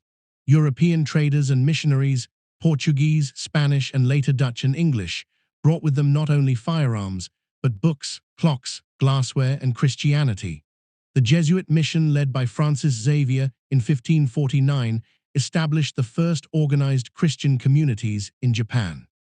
While initial conversions were small in number, Some daimyo adopted Christianity strategically to access Portuguese trade routes and firearms. The most prominent among them, Otomo Sorin and Arima Harinobu, received missionaries into their courts and allowed the construction of churches, seminaries, and printing presses. Material evidence of this cultural cross-pollination includes European-style crucifixes, Latin script manuscripts, and liturgical vessels excavated from Christian settlements in Kyushu. At the same time, Japanese artisans incorporated foreign materials into local design, folding screens, baiabu depicting Portuguese ships and merchants, hybrid architectural elements in churches, and lacquerware bound for export markets. The aesthetic balance shifted again, from internal harmony to cosmopolitan juxtaposition. Yet even amidst these foreign influences, the old cultural core endured. Tea ceremony, ink painting, garden design, and monochromatic aesthetics continued to structure elite taste. The rise of Chanryu, formalized under tea master Senno Rikyu in the 1580s, distilled these values into a ritual of understated control. Hosted in minimalist tea rooms with narrow entrances and plain implements, the ceremony became a political theater of humility and discipline. Powerful warlords such as Oda Nobunaga and Toyotomi Hideyoshi patronized Rikyu not merely for the refinement, but for the symbolism, mastery of the self, control of the moment, and sublimation of violence into ritual. The final decades of Ashikaga rule were thus paradoxical. While politically impotent, the Muromachi court presided over a Japan that was both more fragmented and more interconnected than ever before. Samurai ruled with unprecedented autonomy, yet still sought Kyoto's ceremonial acknowledgement. Peasant uprisings and castle coups undermined feudal continuity, yet legal codes and artistic canons grew more sophisticated. Christianity entered as a new cosmology, even as Zen continued to shape domestic space and intellectual posture. In 1573, the last Ashikaga shogun, Yoshiaki, was expelled from Kyoto by Oda Nobunaga, who now wielded military power unmatched by any rival. With his departure, the Muromachi Bakufu was officially dissolved. Its fall did not cause chaos, it merely acknowledged a reality already in place. Central authority was no longer inherited. It had to be built fortress by fortress, alliance by alliance, decree by decree. The collapse of the Ashikaga shogunate in 1573 was not a cataclysmic fall, but an institutional expiration. No battles were fought in its defense. No provinces rose in protest. Its authority, once rooted in both cultural refinement and political mediation, had long since eroded into pageantry. What remained was the ceremonial husk of a regime outpaced by the realities of feudal governance and territorial warfare. With Shogun Yoshiaki's expulsion from Kyoto by Oda Nobunaga, Japan entered a new era, one that retained the martial core of the samurai class, but began to redefine the very structure of power. Oda Nobunaga's rise was emblematic of the post-Muromachi transition: ruthless consolidation through force, reform by coercion, and centralization through annihilation of the old order. His military campaigns were not simply territorial expansions, they were directed demolitions of the structures that enabled autonomous rule. Buddhist monasteries with military capabilities, most notably Enryaku-ji on Mount Hiei, were razed. Affiliated warrior monks, Sohei, who had exercised both religious and armed influence for centuries, were systematically neutralized. The 1571 burning of Enryaku-ji, documented in both war chronicles and temple correspondence, was not merely a military action. It was a symbolic severing of the traditional triangle between sword, scripture, and land. In administrative terms, Nobunaga introduced cadastral surveys, currency reforms, and the removal of internal toll barriers, laying the infrastructural groundwork for unified rule. His policies curtailed the economic autonomy of local lords and brought market activity under centralized oversight. Castles, once primarily military redoubts, became administrative centers surrounded by planned towns, jokomachi, whose grid patterns, artisan districts, and merchant quarters were regulated through chartered guilds and taxation schedules. Archaeological surveys at Azuchi, Nobunaga's showcase castle on Lake Biwa, reveal stone-lined moats, elevated roadways, tiled roofing, and imported European tableware, a hybrid court of military authority and transcontinental ambition.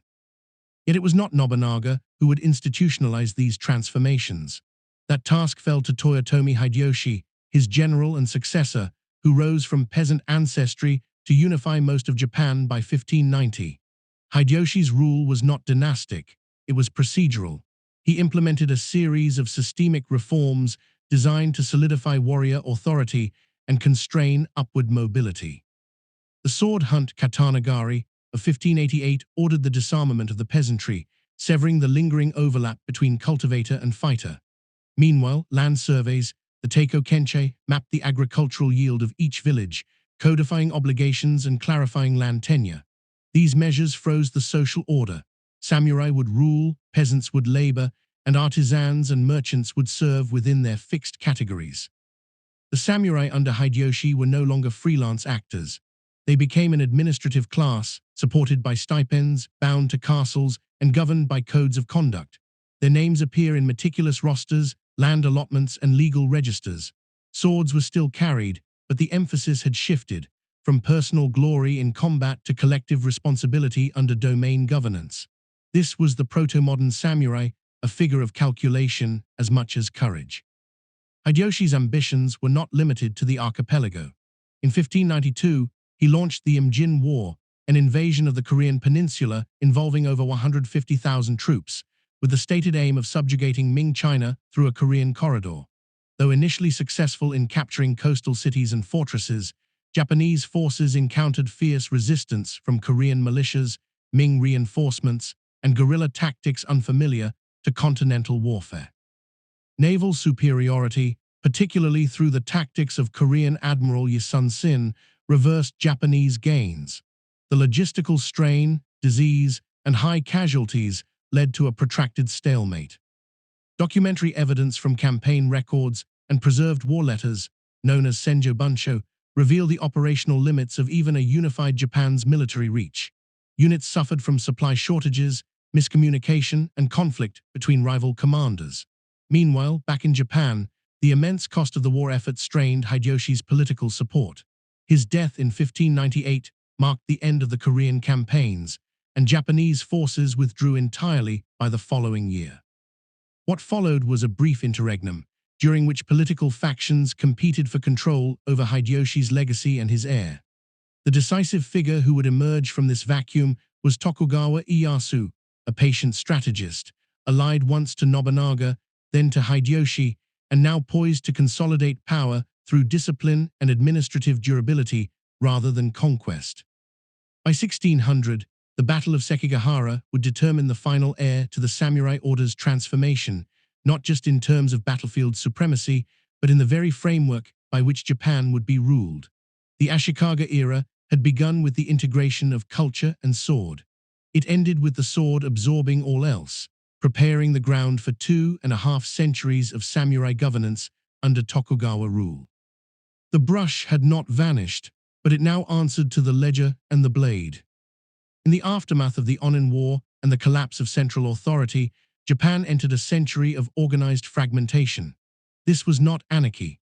It was a new form of competitive governance, a network of regional strongholds, each ruled by a military governor or daimyo who exercised near-absolute power within their territory. The Ashikaga shogunate still existed nominally in Kyoto, but its function had been reduced to ceremonial endorsement. Real power lay in the provinces, where control was enforced through retainer loyalty, land management, and permanent military mobilization. This was the Sengoku Jidai, the Warring States period, and it reshaped the samurai class from a dispersed warrior elite into a strategic ruling caste. The fragmentation of power was accompanied by administrative evolution. Daimyo regimes were not merely warbands with banners. They were political economies with codified law, surveyed territories, and fortified bureaucracies. Most developed their own legal codes, bunko kuho, which regulated inheritance, taxation, crime, and military service. These documents, surviving in clan archives such as those of the Taikta, Imagawa, and Date, reveal a world where loyalty was contractually defined and governance was increasingly rationalized. Vassals were rewarded with stipends or land in exchange for military service, and violations of duty were subject to legal prosecution, not arbitrary retribution. The castle became the architectural symbol of this new order. Unlike the earlier mountaintop forts, Sengoku castles were built for administration as much as defense. They rose on river plains and trade corridors, designed to accommodate not just soldiers, but also merchants, artisans, and temple officials. Excavations at Azuchi, Himeji, and Odani have uncovered stratified levels of planning: barracks, storehouses, tea rooms, and granaries all arranged along fortified terraces. The rise of the Jokamachi, or castle town, transformed the spatial organization of Japan. These towns featured merchant districts, rice markets, guild offices, and even theaters, all under the military gaze of the Lord's Keep. Samurai during this era were no longer simply fighters. They were administrators, engineers, scribes, and governors. Their armor reflected the evolution of warfare. The cumbersome lamella styles of the Heian and Kamakura eras gave way to lighter, modular Tosai Gyusoku with iron plates designed for musket fire and rapid movement. Swords remained symbols of status, but spears and arquebuses became the weapons of coordinated action. Matchlock rifles, introduced from Portuguese traders and rapidly reproduced by Japanese smiths, revolutionized battlefield formations. At Nagashino in 1575, Oda Nobunaga's use of volley fire behind wooden barricades demonstrated the triumph of strategy over valor. Field archaeology confirms the scale and complexity of these engagements. At battle sites such as Kawanakajima, Tedoragawa, and Sekigahara, soil layers show dense concentrations of lead shot, spearheads, arrow fragments, and destroyed armor. Defensive embankments and makeshift palisades, still faintly visible in some regions, illustrate how terrain was manipulated for tactical advantage. These were not clashes between roving bands. They were theater-sized conflicts between organized states. Within the domain, order was sustained through meticulous record-keeping. Cadastral surveys recorded rice yield by village, detailing topography, irrigation sources, and tax responsibilities. Maps, hand-drawn and annotated, served as legal instruments as well as administrative guides. The retainers who enforced these policies were literate, numerate, and accountable. Many samurai were required to submit annual reports on village productivity and discipline, often using precise terminology derived from Chinese legal texts and Buddhist monastic rules. The cultural life of the samurai did not stagnate under militarization. Rather, it matured under new constraints. The tea ceremony became a venue for political negotiation, aesthetic cultivation, and symbolic hierarchy. Poetic composition remained a mark of distinction. Even letters between generals and vassals were expected to conform to stylistic conventions of formality and concision. The Shodo way of calligraphy became part of samurai education, emphasizing not only clarity of command but discipline of the mind. To write with control was to lead with restraint. Religious patronage also continued, though its function shifted. Temples were protected not for their spiritual authority, but for their legal immunity and capacity to store records. Monasteries like Kofukujai and Myashinjai operated as landholders, banks, and diplomatic intermediaries. Some warrior families adopted specific sectarian affiliations, Rinzai, Soto, or Pure Land, as part of their domain identity. Funeral rites, temple building, and sutra copying were now as much instruments of legitimacy as they were acts of devotion. By the late 16th century, a few daimyo had begun to transcend regional rule. Through conquest, alliance, and calculated betrayal, men like Oda Nobunaga, Toyotomi Hideyoshi, and Tokugawa Ieyasu moved to unify the fractured archipelago. Their campaigns were total, involving not only battles, but surveys, road building, and mass resettlement. They introduced systems of hostageship, rotated lords between provinces, and curtailed unauthorized castle construction. These policies were not innovations, they were extrapolations of Sengoku logic to a national scale. Unification would not erase the samurai class, it would solidify it. The momentum of unification, once set in motion by Oda Nobunaga's violent centralization, gained coherence under Toyotomi Hideyoshi. His ascent from peasant foot soldier to imperial regent was unprecedented in Japanese history and emblematic of the warring states' period's upheaval of inherited structures. But Hideyoshi understood the limits of force. Having witnessed the failure of previous shogunates to restrain the ambitions of semi-autonomous lords, he embarked on a series of legal and social reforms designed to fix the hierarchy of power, close pathways of mobility, and restore symbolic coherence to a fractured polity. Foremost among these reforms was the Katanagari, the 1588 sword hunt. It was not merely a disarmament campaign. It was a philosophical statement that military authority would now be monopolized by the ruling elite, and that the boundaries between warrior and commoner were to be rigid and permanent. Peasants, even if they had fought bravely during earlier conflicts, were stripped of arms and forbidden from forming militias.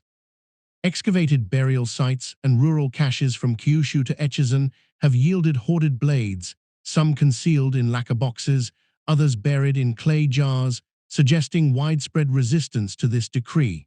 Yet the policy largely succeeded. Over time, it redefined social function by regulating access to violence. Hideyoshi's land surveys were equally transformative. Known as the Teiko Kenchai, they created the first nationwide cadastral register of rice-producing capacity. Village boundaries were demarcated, yields calculated in koku, a unit equivalent to the amount of rice needed to feed one person for a year, and tax obligations imposed with mathematical precision. Landowners were formally designated, and samurai, many of whom had previously managed land directly, were removed from agricultural production. They became salaried retainers, paid in rice and tasked with security, governance, and bureaucratic duties. This separation of warrior and farmer realigned the medieval order into a new vertical system, one that was legible, enforceable, and centered on the castle town. The Heimin, or commoner class, was itself subdivided. Farmers were given legal protections against samurai abuse in return for fixed tax obligations. Artisans were organized into guilds with specified roles, especially in castle construction, armory production, and textile manufacture. Merchants, though often stigmatized as profit-seekers, were tolerated for their role in financing campaigns and provisioning armies. Urban plans from castle towns like Kanazawa, Hagi, and Fushimi show neighborhoods strictly zoned by occupation, with curfews, fire codes, and festival responsibilities codified by domain law. Meanwhile, the visual symbols of samurai authority reached their most formalized expression. Heraldry became rigid. Family crests, mon, were registered and displayed on armor, flags, and lacquered gear.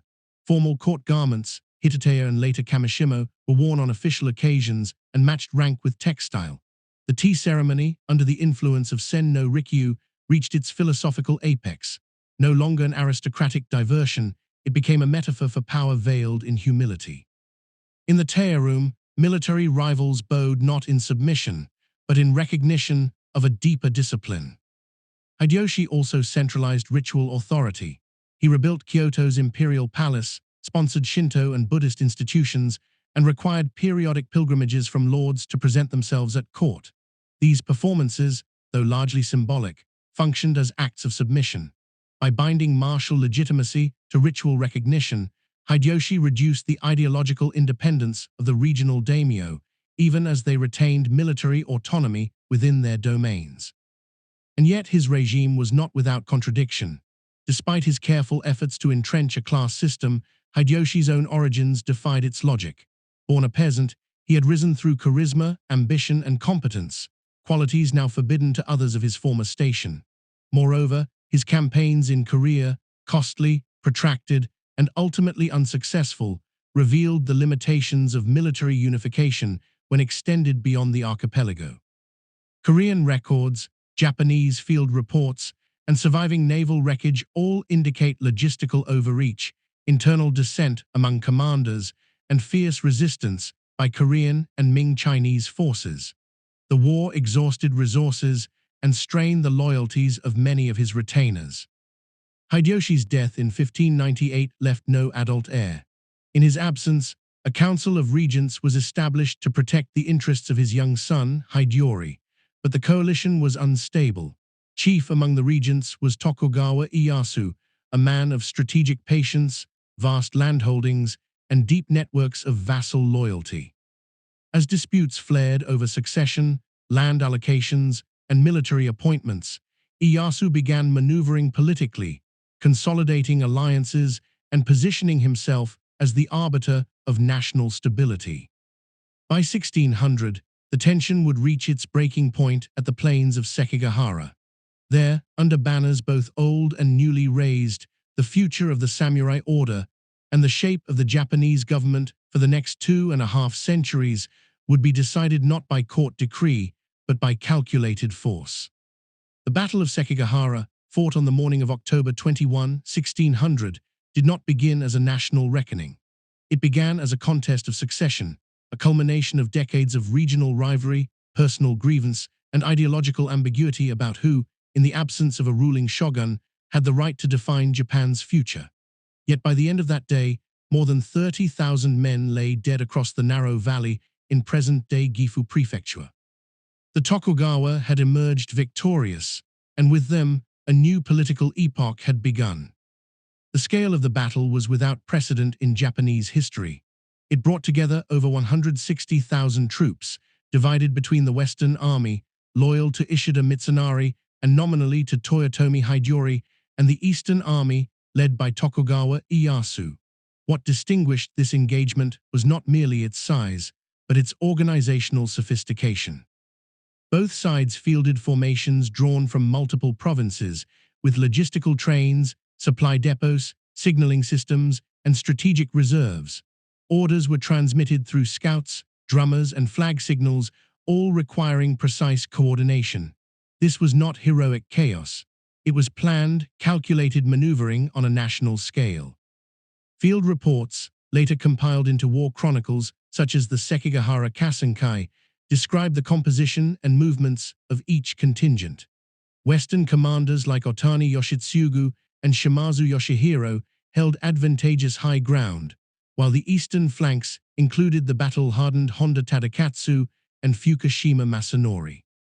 Terrain analysis of the site confirms the centrality of topographic control.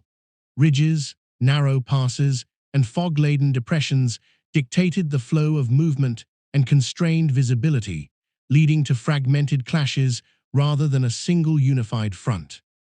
The battle's outcome hinged not on superior numbers or tactics alone, but on defection, a practice deeply ingrained in Sengoku political logic. Kobayakawa Hidaki, a young commander originally aligned with the Western Army, had long been in clandestine communication with Ieyasu. At a critical moment, his forces descended the Matsuyama Ridge and attacked the flank of their former allies. The result was catastrophic. The Western formation collapsed in a chain reaction. Archaeological surveys in the Matsuyama sector have revealed concentrations of projectiles and collapsed armor consistent with panic and rout, not orderly retreat. Victory at Sekigahara allowed Tokugawa Ieyasu to claim national supremacy, but he proceeded cautiously. Rather than immediately dismantling the Toyotomi regime, he sought to isolate it politically. He redistributed lands from defeated daimyo, placed loyal families in strategically sensitive regions, and initiated a surveillance network through temple registries, travel permits, and a reactivation of the Gokunin class. His approach was structural, to prevent rebellion not through violence alone, but by redesigning the very framework of lordship and vassalage. The post-war order was encoded through two main policies. First, the redistribution of fiefs, kunigi, ensured that powerful families were moved from their ancestral domains and placed under closer surveillance. Second, the system of alternate attendants, sankin kotai, though formalized later under Tokugawa rule, had its roots in the post-Sekigahara logic of hostage governance.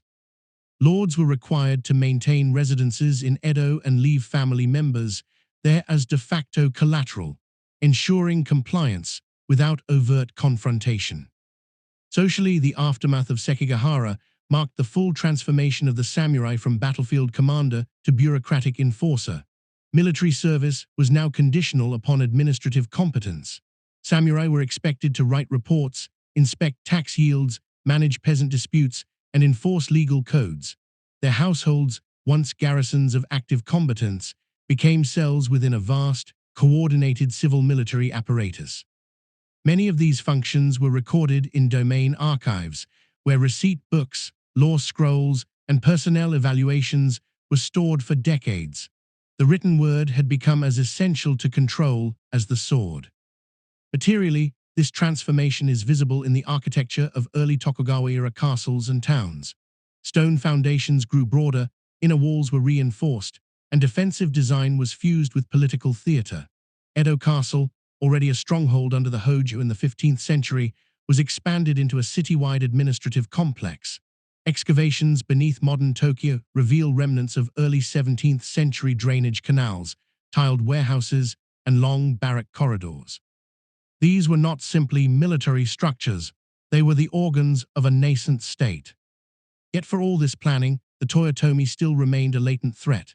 Hideyori, though politically sidelined, still occupied Osaka Castle, the most formidable fortress in Japan, and retained a loyal following. Many samurai viewed the Tokugawa with suspicion, interpreting Ieyasu's victory as a usurpation rather than restoration. Pamphlets, letters, and encoded poetry from Kyoto circles preserve veiled criticisms and allusions to betrayal. Resistance had not ended. It had gone underground. In the decade following Sekigahara, the Tokugawa moved to neutralize that resistance through alliances, propaganda, and finally, siege. A final reckoning was approaching, one that would end not just a clan, but the last claim to an alternate center of samurai power. The final consolidation of Tokugawa rule came not through reform or diplomacy, but through the calculated destruction of the Toyotomi clan, the last remaining rival to national unity. Though Tokugawa Ieyasu had secured de facto control of the country following the Battle of Sekigahara, the presence of Toyotomi Hideyori, son of Hideyoshi, in Osaka Castle represented a potent counterclaim. His lineage, wealth, and the fortress itself, a marvel of engineering and the most heavily fortified structure in the archipelago, provided a focal point for discontented daimyo, masterless samurai, ronin, and traditionalist courtiers still loyal to the memory of Hideyoshi's unification. The siege of Osaka unfolded in two phases. The first, known as the Winter Campaign of 1614, began when Hideyori's court permitted the casting of a new temple bell at Hokoji in Kyoto. An inscription on the bell, interpreted by Tokugawa officials as subtly critical of Ieyasu, provided the pretext for hostilities. Behind this veneer of insult lay real strategic concerns. Intelligence reports, preserved in Tokugawa archives, suggested growing military preparations within Osaka Castle and secret negotiations with dissident clans. Ieyasu acted preemptively. He mobilized over 200,000 troops and encircled the city with siege lines, redoubts, and artillery emplacements. Osaka Castle, situated atop a granite plateau and surrounded by concentric moats and sloped stone walls, withstood the assault. Firearms, scaling ladders, and cannon made little progress against its vast ramparts. The defenders, numbering around 90,000, repelled multiple assaults, supported by ample supplies and deep internal cohesion. Excavations around the castle's outer moat have revealed iron shot, clay grenades, and thousands of arrowheads, physical confirmation of the siege's intensity. Yet after weeks of failed incursions and negotiations, Tokugawa officials secured a temporary truce. Under its terms, the Toyotomi agreed to dismantle outer defenses, fill moats, and disband irregular forces.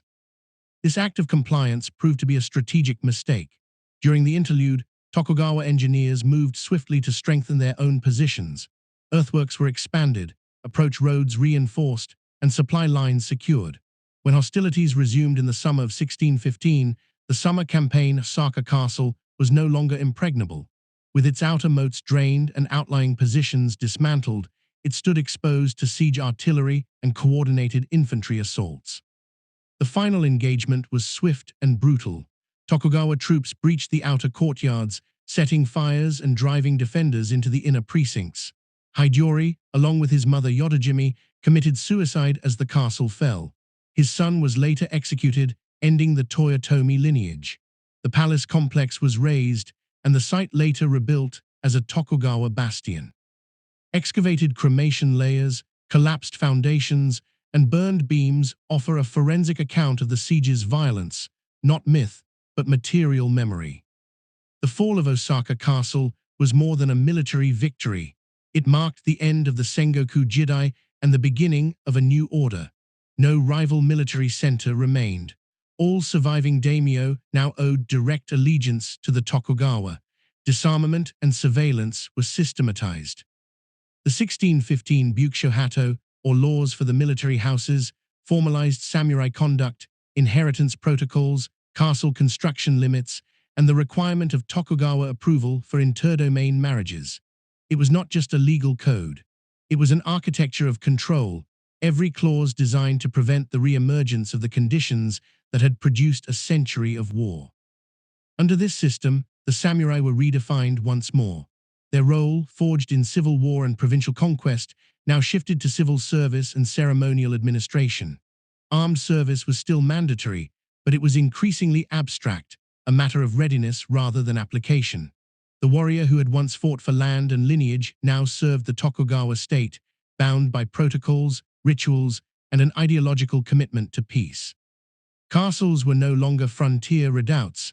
They became regional capitals with regulated garrisons, registries, and schools. Scrolls replaced battle standards. Ink replaced blood. The psychological transformation of the samurai began at this moment. Memory of the Sengoku age persisted in family chronicles and temple inscriptions, but the lived experience of chaos faded. Children of warriors now learned Confucian ethics, poetry, and accounting. Their enemies were no longer rival clans, but inefficiency, heresy, and dishonor. Armor was polished, but never worn. Swords were passed down, but rarely drawn.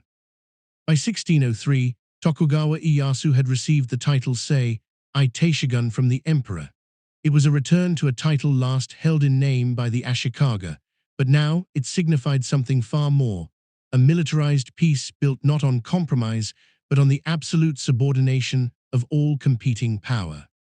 The Sengoku Jidai had begun in fragmentation and fury. It ended in silence, the long exhale of a country restructured from the bone outward. With the formal establishment of the Tokugawa shogunate in 1603, Japan entered a new age, not of conquest, but of control. This was not merely a shift in administration. It was a profound re-engineering of society, calibrated to prevent the resurgence of civil war, suppress political dissent, and ensure the long-term survival of the regime. The new system, often referred to as the Bakuhan Teizei, a compound structure of Bakufu shogunate and Han domains, created a layered model of rule, centralized yet distributed, unified yet regionally autonomous, flexible in form yet rigid in function. At the apex stood the Tokugawa shogun in Edo, surrounded by a cadre of hereditary vassals and advisors. Beneath him were the more than 250 daimyo, each ruling a domain with varying degrees of power and loyalty. They were classified by status: feudai, hereditary vassals loyal to Tokugawa before Sekigahara; Tazama, outside lords, later converts; and Shinpan, relatives of the Tokugawa house. Their domains varied in size, measured in koku of rice production, and their responsibilities included taxation, law enforcement, infrastructure maintenance, and internal security. Though ostensibly sovereign within their lands, all daimyo were subordinated to the Tokugawa in a relationship regulated through law, surveillance, and strategic dependency. The cornerstone of this equilibrium was the Sankin Kotai system, formalized in 1635. Under its terms, all daimyo were required to reside in Edo every other year, leaving their families behind as semi-hostages during their return to their domain. This perpetual motion of lords traveling with their retinues on the Takeido and Nakasendo highways had both fiscal and psychological effects. It drained domain resources, preventing the accumulation of private military funds, while reinforcing the shogunate's central visibility and cultural dominance. Roadside inns, checkpoint stations, and castle towns flourished along these routes, forming the logistical arteries of early modern Japan. Samurai in this system were no longer warriors in the field. They became salaried administrators, bound to service within castle towns, provincial capitals, and bureaucratic offices. Their income came in the form of rice stipends, calculated, and adjusted through domainal census, land productivity, and political favor. Samurai households were ranked, registered, and periodically reviewed. In larger domains, they held posts such as magistrate Bujio, tax inspector Kansatsu, archivist Kakuji, or constable Yoriki. Their daily life revolved around protocol, paperwork, and institutional etiquette. The blade remained part of their uniform, but was increasingly ceremonial, a symbol of inherited authority rather than applied violence. Edo, the new capital, was built to reflect and support this transformation.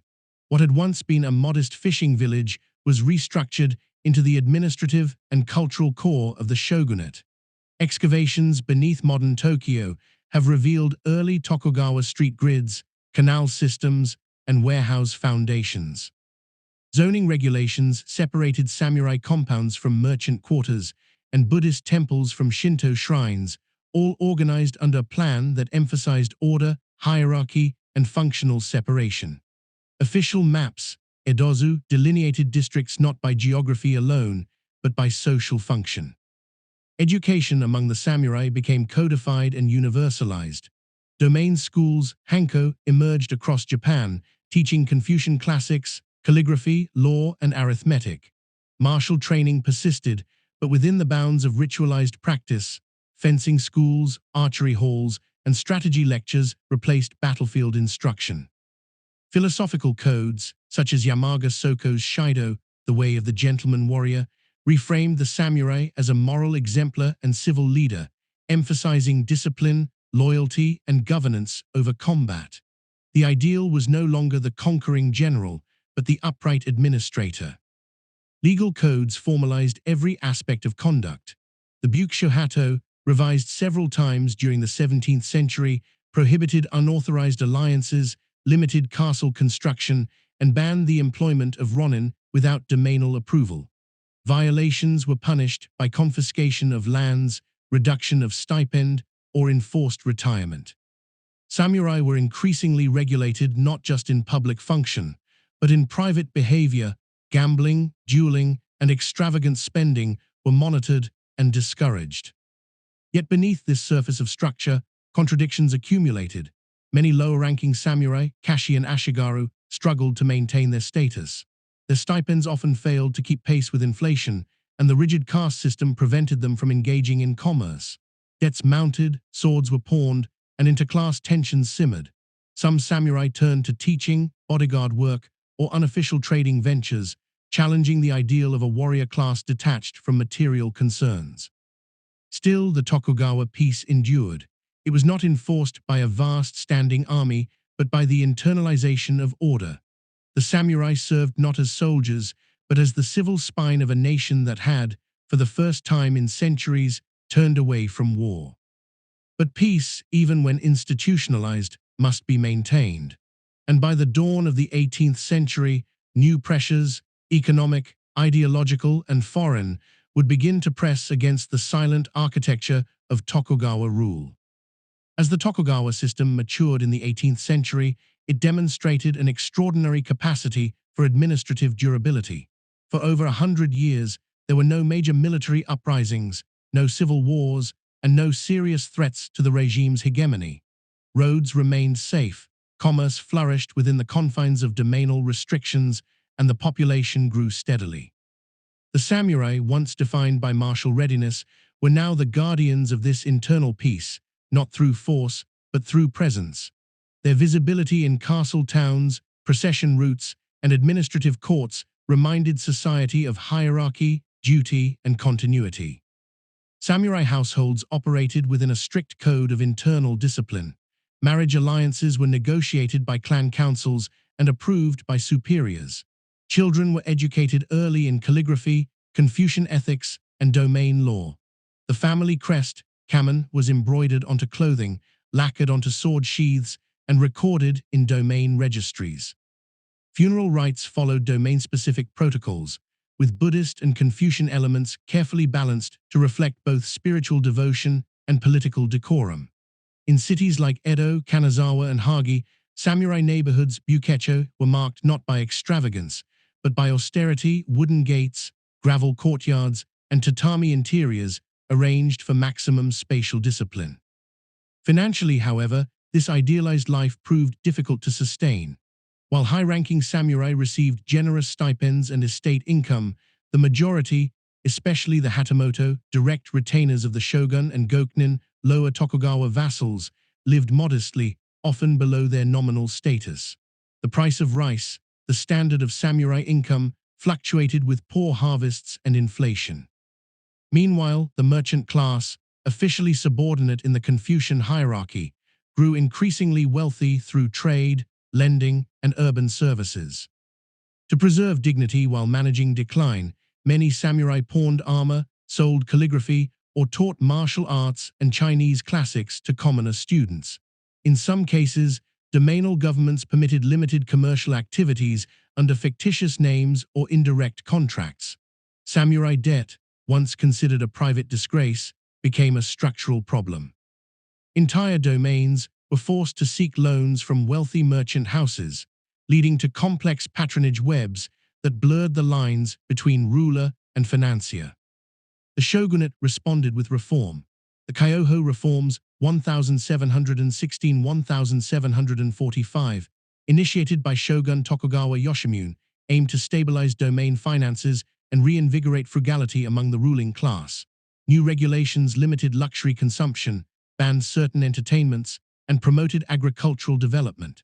Samurai were encouraged to study Western science, rangaku, through controlled Dutch imports in Nagasaki.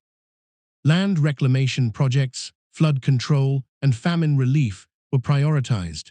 These policies, however, did not restore samurai solvency.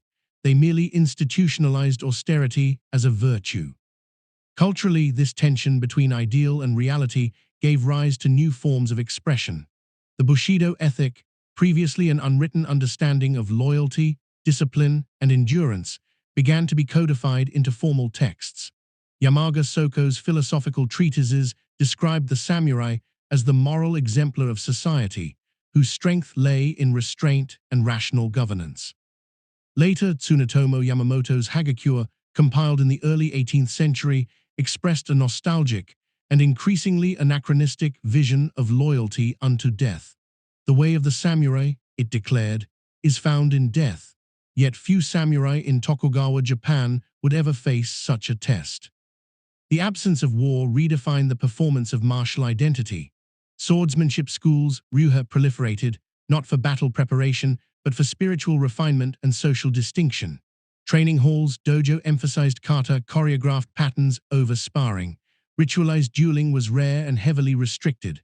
Sword blades, once tools of battlefield violence, became heirlooms, exchanged as diplomatic gifts or symbols of honor. Some were shortened or repolished to meet changing aesthetic tastes, their functionality now subordinated to form. Meanwhile, the domains themselves became laboratories of governance. Many implemented agricultural innovation, village self-reporting systems, and disaster response plans. In places like Satsuma, Choshu, and Tosa, samurai were tasked with surveying rice yields, supervising tax distribution, and adjudicating peasant disputes. Domain archives from this period, preserved in ledgers, land registers, and magistrate diaries, reveal the bureaucratic sophistication of samurai governance, precise, formulaic, and often constrained by tight resource margins. Yet the outside world was beginning to intrude. While the shogunate enforced its policy of sakoku, closed country, limited to Dutch and Chinese trade in Nagasaki, the currents of global imperialism were drawing closer. Shipwrecked foreigners, clandestine texts, and distant rumors of colonial encroachment began to reach the coastlines. Scholars of rangaku translated Western treatises on astronomy, anatomy, and navigation. Coastal defenses were surveyed. Some samurai began to reconsider their place not just in the domestic order, but in a world where naval empires determined sovereignty through artillery and treaties, not lineage. The samurai remained in place, uniformed, named, salaried, but their grip on the future had begun to loosen. The ground beneath them would not erupt all at once, but it would shift steadily, then irreversibly, under the pressure of forces they had long been instructed to ignore. The closing decades of Tokugawa rule were defined by paradox. Unprecedented domestic stability coincided with growing systemic fatigue. The peace, carefully engineered through layers of law, custom, and ritual, had endured for over 2 centuries, yet it was peace purchased at the cost of adaptability. The samurai, once the adaptable instruments of feudal survival, had become an ossified class, fixed in number, status, and function, while the world beyond Japan's shores moved inexorably toward expansion, mechanization, and empire. Beneath the surface, signs of fracture accumulated. Economic records from domain treasuries indicate chronic deficits by the mid-19th century. The tax base, overwhelmingly agricultural, could not keep pace with the rising cost of stipends, castle maintenance, and administrative overhead. Samurai, legally barred from engaging in commerce, relied entirely on these stipends, even as inflation and repeated crop failures undermined their real value. In smaller domains, entire ranks of retainers received reduced payments or were demoted in place. Some were left with ceremonial titles, but no income at all, samurai in name only. Merchants, meanwhile, accumulated wealth and influence disproportionate to their status. Lending networks developed between castle towns and port cities, with Osaka functioning as a financial capital. Merchant families, such as the Mitsui and Sumitomo, operated on national scales, financing domain loans, underwriting rice shipments, and supporting artisan guilds. This economic inversion, where the socially lowest class wielded the most liquidity, created ideological discomfort for the ruling elite. And yet, the system endured because the outward signs of hierarchy remained intact. Culturally, the samurai continued to embody the formal virtues of Bushido.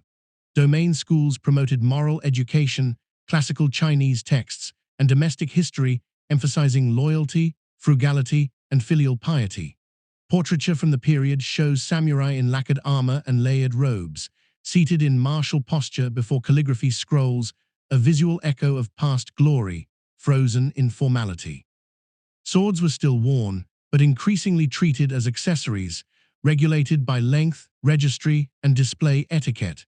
The daily reality for most samurai involved ink, not blood, a life of writing orders, inspecting reports, and managing village rotations. Legal cases from domain records illustrate the bureaucratic burdens of this role. Samurai magistrates were responsible for adjudicating property disputes, punishing theft, overseeing famine relief, and enforcing curfews. Many traveled their circuits on foot, bearing scrolls of appointments and letters of introduction. The image of a lone samurai carrying both ledger and sword was not romantic fiction. It was the lived expression of authority translated through administrative precision. The domain, not the battlefield, was their terrain. Yet external pressure mounted. Western imperial powers, first through missionaries and sailors, later through warships, began to probe Japan's coastal defenses.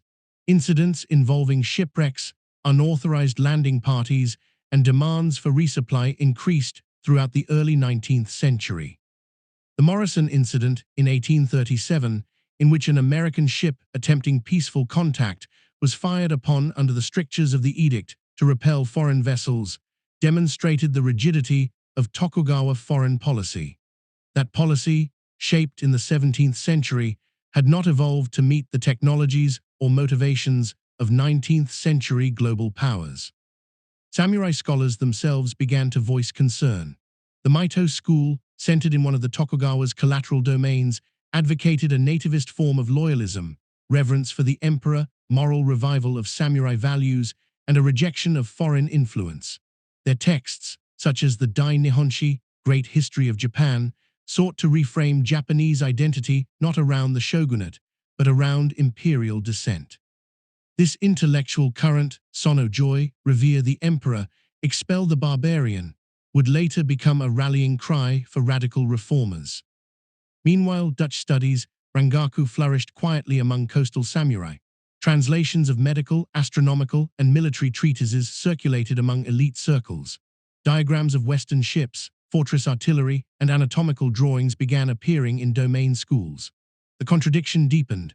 While the official policy was isolation, The knowledge of the outside world was spreading, not through the masses, but through the very administrators tasked with maintaining the Tokugawa order. By the 1850s, this tension could no longer be managed internally. In 1853, Commodore Matthew Perry arrived in Edo Bay with a squadron of black-hulled steamships, delivering a letter from the President of the United States requesting the opening of ports and formal diplomatic relations.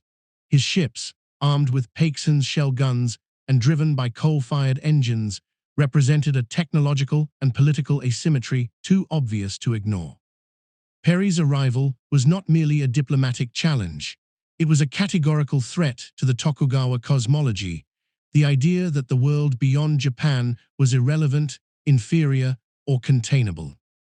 The samurai, long trained in the maintenance of internal peace, now faced a problem for which no existing protocol applied.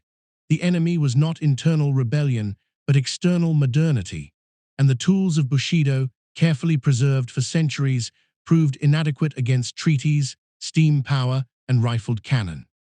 The final decades of the samurai as governors of Japan had begun, not with swords drawn, but with ink spilled across foreign treaties and cracked scrolls of budgetary despair. In the final 2 decades of the Tokugawa era, the contradiction between samurai identity and political reality became unsustainable. The class that once wielded power through mounted archery, siege command, and land administration was now immobilized by its own inherited prestige, guardians of a system that demanded their obedience even as it hollowed their authority. As foreign warships entered Japanese harbors and new ideologies proliferated through translation and dissent, the Tokugawa shogunate clung to an order defined by regulated movement, rigid hierarchy, and a mythology of stability. That mythology was unraveling, piece by administrative piece. The treaties signed with Western powers in the wake of Commodore Perry's arrival, most notably the Treaty of Kanagawa, 1854, and the Harris Treaty, 1858, shattered Japan's isolationist framework. These unequal agreements granted extraterritorial rights to foreign nationals, opened multiple ports to trade, and established fixed tariffs. The shogunate, lacking a navy and facing the reality of European gunboats, capitulated. Yet in doing so, it undermined its own legitimacy. To the samurai class, whose entire ethos was rooted in sovereignty and service, these concessions were not pragmatic compromises, they were betrayals. The resulting crisis was not merely external, it was existential. Samurai in domains across the country began to organize in defiance of the Tokugawa regime, often under the banner of Sono Joy, revere the emperor, expel the barbarian. This slogan, while contradictory in application, fused 2 powerful ideas: restoration of imperial authority and rejection of foreign intrusion.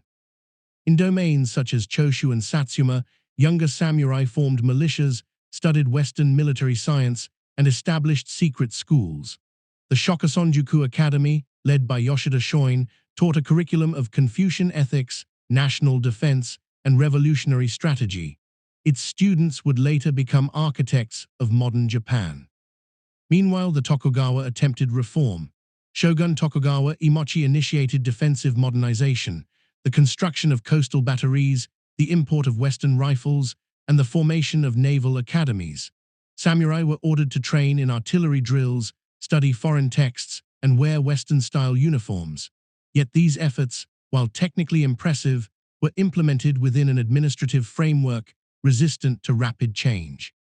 For many domains, particularly those already in debt, modernization meant further financial strain. For samurai on fixed stipends, it meant abandoning centuries of ritual in favor of practices they had been taught to distrust. Material culture from this period illustrates the disorientation of the moment. Sword blades were reforged into bayonets. Traditional armor was replaced by wool uniforms stitched from imported cloth. Calligraphy scrolls were hung beside maps of Europe. Some samurai embraced the change. Others resisted, viewing Westernization not as evolution, but as erosion. In Edo, duels between pro- and anti-foreign factions broke out in the streets. Radical samurai assassinated translators, naval officers, and even shogunal officials they deemed traitors.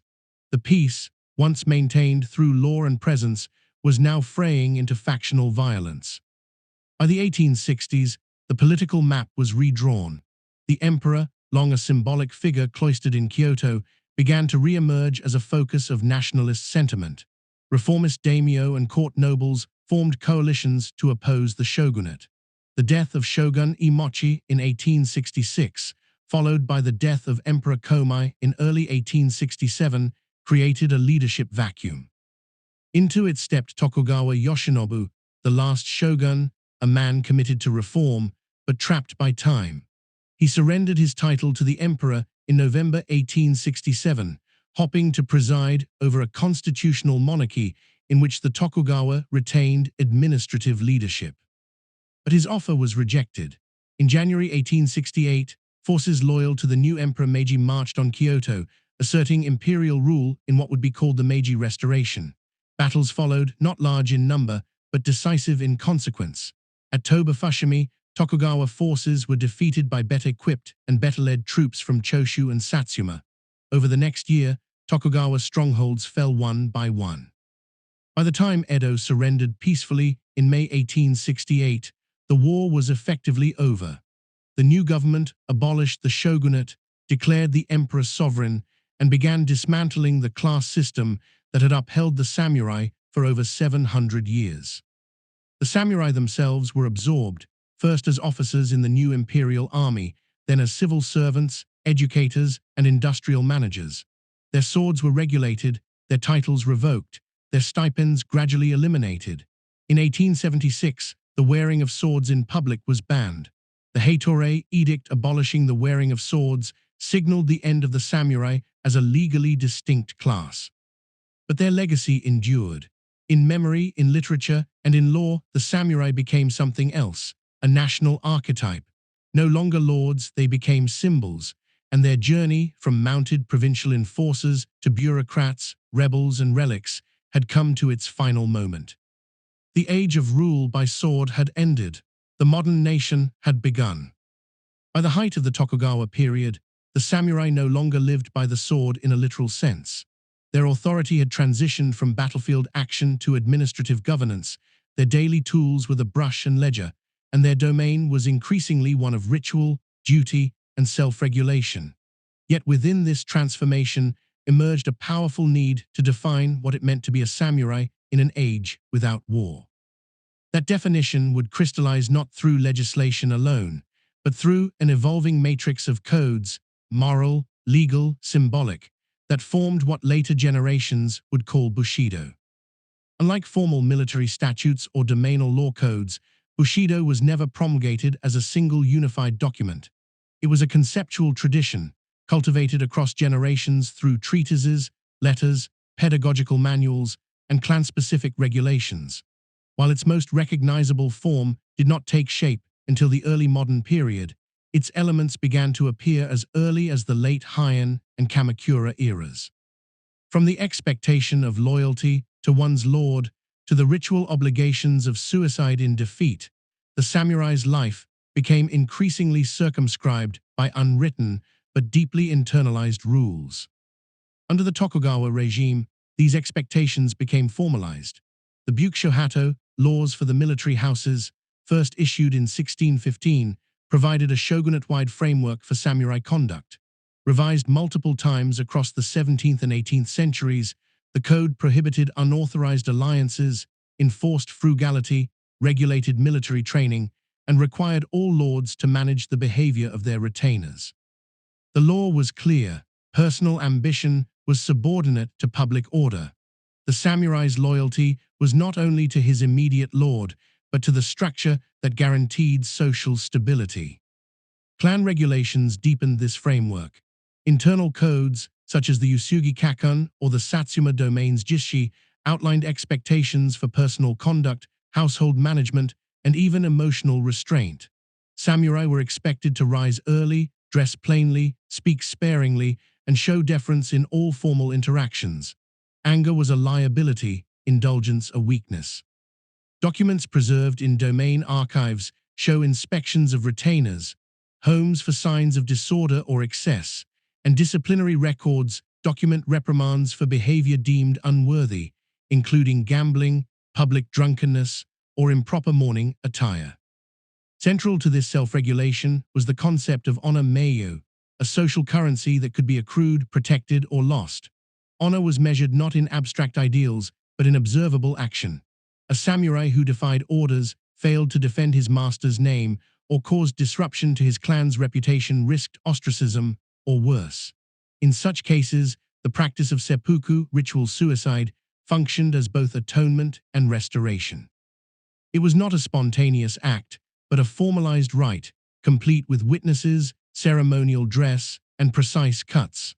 The goal was not simply death, but the preservation of social integrity through a controlled expression of accountability. Evidence of seppuku rituals appears not only in chronicles and literature, but in administrative records and temple inscriptions. One preserved case from the Aizu domain in 1729 details the offense, approval process, and eyewitness account of a samurai's suicide following a breach of discipline. The act was public, stylized, and carefully recorded, its purpose not only punitive, but didactic. Training manuals from this era also reflect the codification of inner discipline. The Heiho Okugasho Secret Book of Strategy, the Gorin no Sho Book of Five Rings by Miyamoto Musashi, and the Hagakure by Yamamoto Tsunetomo, among others, offered reflections on loyalty, stillness of mind, and mastery of technique. These works were not battlefield guides, but meditations on presence, ethics, and the relationship between life and death.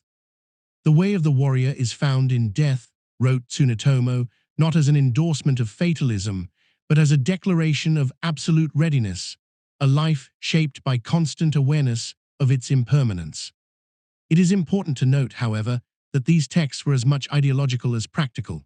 They emerged in a context where samurai no longer fought but governed, where the memory of war served as justification for peace, and where martial values had to be reconstructed into tools of moral education.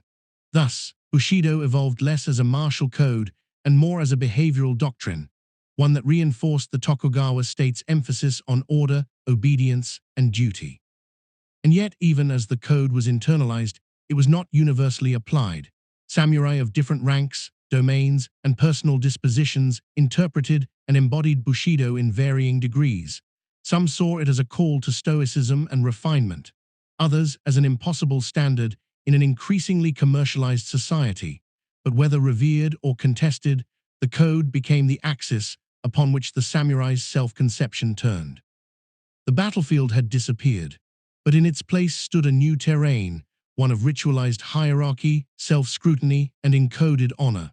And in mastering it, the samurai proved not only their capacity for warfare, but their ability to adapt identity to governance, action to structure, and myth to modernity. The regulation of samurai behavior during the Tokugawa era extended well beyond the battlefield and the courtroom. It saturated appearance, movement, language, and posture, turning the body into an instrument of hierarchy. Status was encoded visually: the angle of a bow, the fabric of a robe, the lacquer of a scabbard. Samurai etiquette manuals, such as the Riaiho Shijukun, 49 Rules of Manners, provided precise instruction on how to sit in formal audiences, when to remove headwear, how to present gifts, and even how many steps to take when entering a lord's chamber. These acts were not mere politeness. They were signals in a language of deference and control. The samurai's swords, the long katana and the shorter wakizashi, formed a pair known as the daisho, meaning large and small. This pair was not simply a set of weapons, it was a uniform, a visible sign of one's rank and licensure. The Tokugawa policy strictly regulated the right to wear swords. Only samurai could carry them in public, and their length, mounting, and even blade curvature were subject to domainal rules. Sword registries, temple inscriptions, and inheritance ledgers show the movement of blades through generations, each marked by family seals or inscribed with maker signatures. These weapons, often never drawn in violence, became symbols of inner restraint, not outer aggression. That restraint was constantly tested by the growing gap between ideal and reality. As the samurai's role shifted from enforcer to administrator, their relationship with violence became theoretical. Dueling, once a matter of honor, was now illegal. Interdomain skirmishes were replaced by negotiations, audits, and legal petitions. Yet the cultural memory of warfare persisted. The monogatari of past battles, like Hike Monogatari or Teiheki, remained widely read, performed in no and kabuki, and taught in domain schools. These narratives presented historical warriors as paragons of loyalty and sacrifice, anchoring the samurai's present duties in the imagined heroics of the past. The gap widened in the 18th and early 19th centuries as economic decline intensified. Many low and mid-ranking samurai found themselves in financial hardship, living on stipends that no longer covered daily costs. Forbidden from engaging in trade or manual labor, some resorted to secret arrangements with merchant houses or pawned family heirlooms.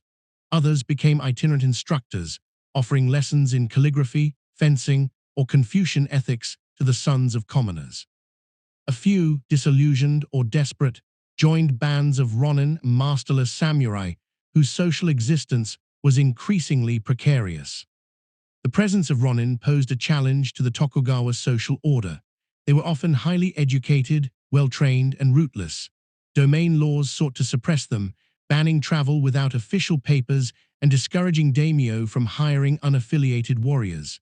Yet ronin persisted, sometimes as mercenaries, sometimes as rebels, and sometimes as political agents.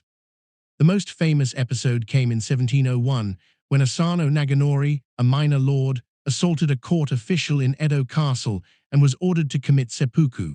His retainers, left masterless, plotted revenge. 2 years later, 47 of them stormed the official's mansion, killed him, and surrendered. They too committed seppuku. The incident, immortalized as the story of the 47 Ronin, Chushingura, captured the national imagination. It sparked debates about law, loyalty, and the legitimacy of vengeance.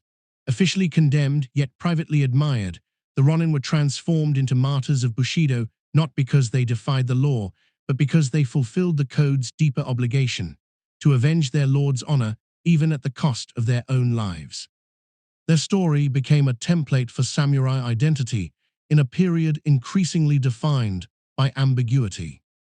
This ambiguity extended into the legal sphere. While the Bukeshohato regulated samurai behavior at the shogunate level, domains issued their own statutes, often tailored to local conditions. These codes covered everything from tax collection to inheritance, from sumptuary regulations to temple donations. Surviving documents show that even minor offenses, a breach of curfew, an argument at a checkpoint, a violation of fire codes, could result in censure or demotion. Samurai were held to a higher standard not only in battle, but in bureaucracy. Their privilege came with constant surveillance. Education became a tool of both discipline and legitimation. Samurai boys were trained from childhood in domain schools, where they memorized classical Chinese texts, practiced calligraphy, and recited domain histories. Martial training was included, but formalized. Wooden swords, padded armor, kata routines. The emphasis was not on combat readiness, but on moral internalization, the inculcation of patience, obedience, and hierarchical awareness. Samurai girls, too, were educated, particularly in prominent households. Their curriculum included etiquette, household management, and literary arts. They were expected to embody reserve, resilience, and dignity, the domestic counterpart to the samurai's public bearing. Together, these practices produced a class that lived not by conquest, but by form. Their armor was etiquette, their battlefield ceremony was, their law was memory. And yet, beneath the layers of protocol, a question persisted. Could a class born in war survive indefinitely in peace? By the mid-19th century, the samurai code, once a pragmatic framework for military duty and loyalty, had hardened into a symbolic system, a latticework of conduct codes, appearance expectations, and internalized discipline that governed behavior more than it did action. The transformation from a fluid, war-born ethos into a rigid, peacetime ideology was complete. The word Bushido, now broadly invoked, no longer described the customs of an active warrior caste, but a stylized ethic performed by administrators, scholars, and retainers whose role had long since shifted from command to compliance. This stylization was reinforced through repetition and ritual. Samurai rituals of passage, from the Genpuku ceremony marking the transition to adulthood to formal presentations before a lord, followed precise procedures. Boys adopted adult names, wore official dress, and received short swords as symbols of responsibility. These rituals were not nostalgic reenactments. They were the very substance of samurai continuity. Temple documents and family registries record the dates, garments, and inscriptions used in these ceremonies, indicating their ubiquity across domains regardless of size or wealth. Even mourning and death followed codified paths. Funeral processions for samurai involved specific arrangements of incense, banners, and offerings. In high-ranking households, eulogies were delivered in Chinese prose and engraved onto stone stelae erected at Zen temples.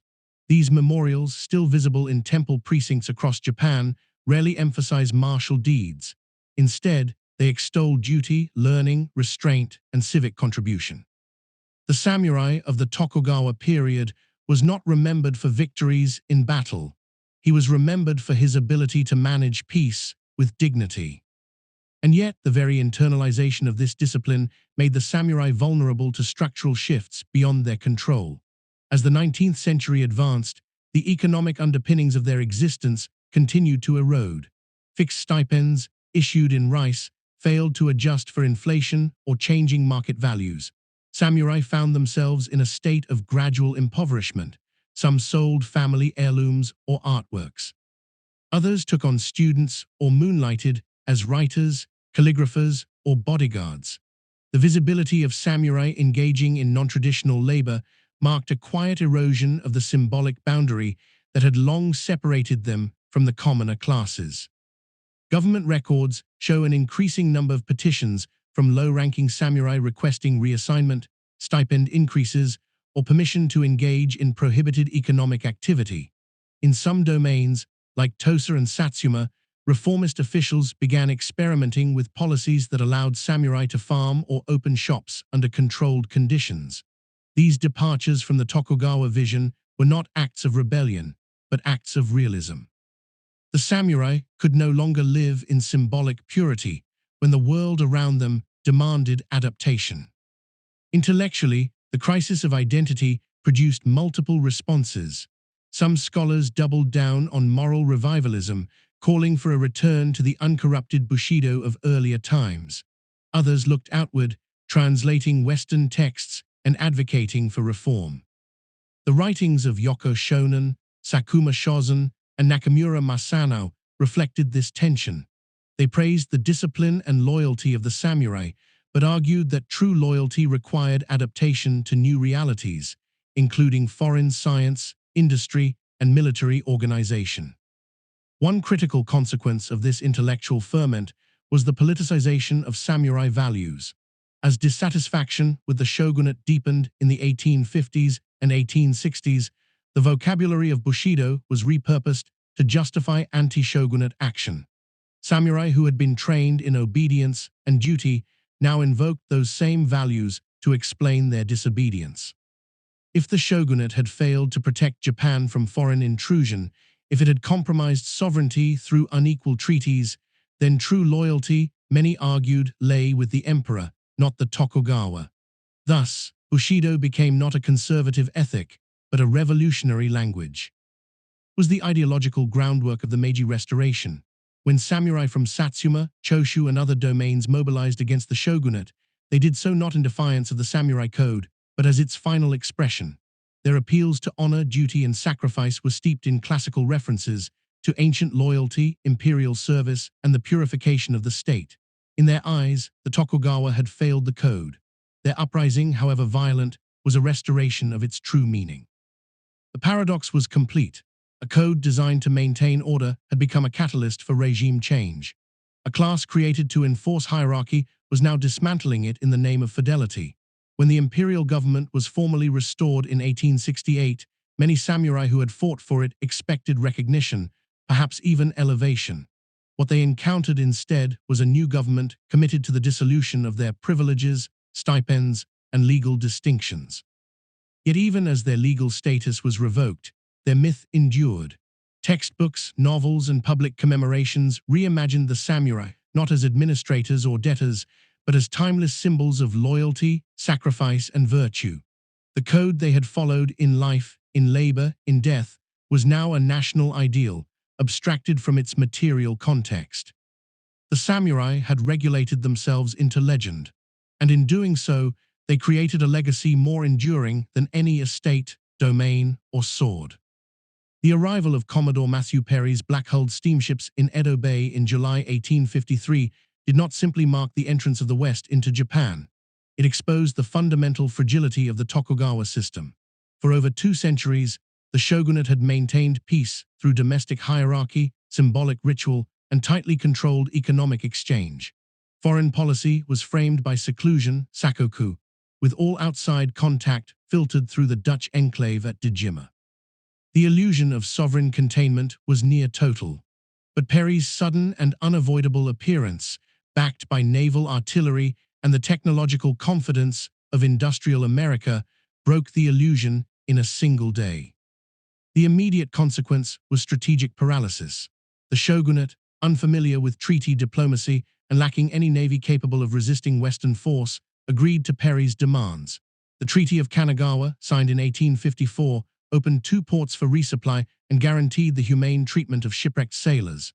More critically, it acknowledged the authority of a foreign power to dictate terms, a development that had no precedent in Tokugawa legal or ideological history. The perception among the samurai was clear. The Bakufu had yielded without resistance, and by doing so, forfeited its claim to martial legitimacy. This perception quickly metastasized into a political crisis.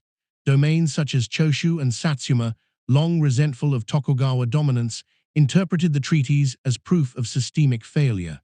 Reformist samurai within these domains began to mobilize, not in open rebellion, but through secret academies, militia training, and intellectual activism.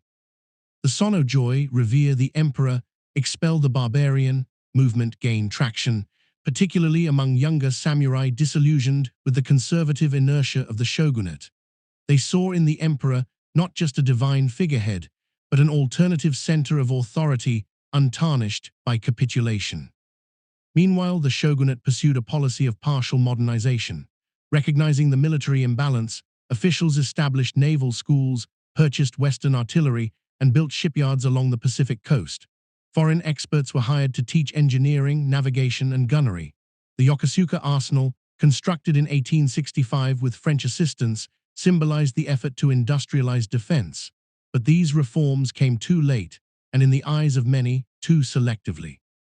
While technical capacity increased, the political structure remained brittle, still centered on hereditary privilege, consensus politics, and a ruling class reluctant to yield decision-making power to technocrats.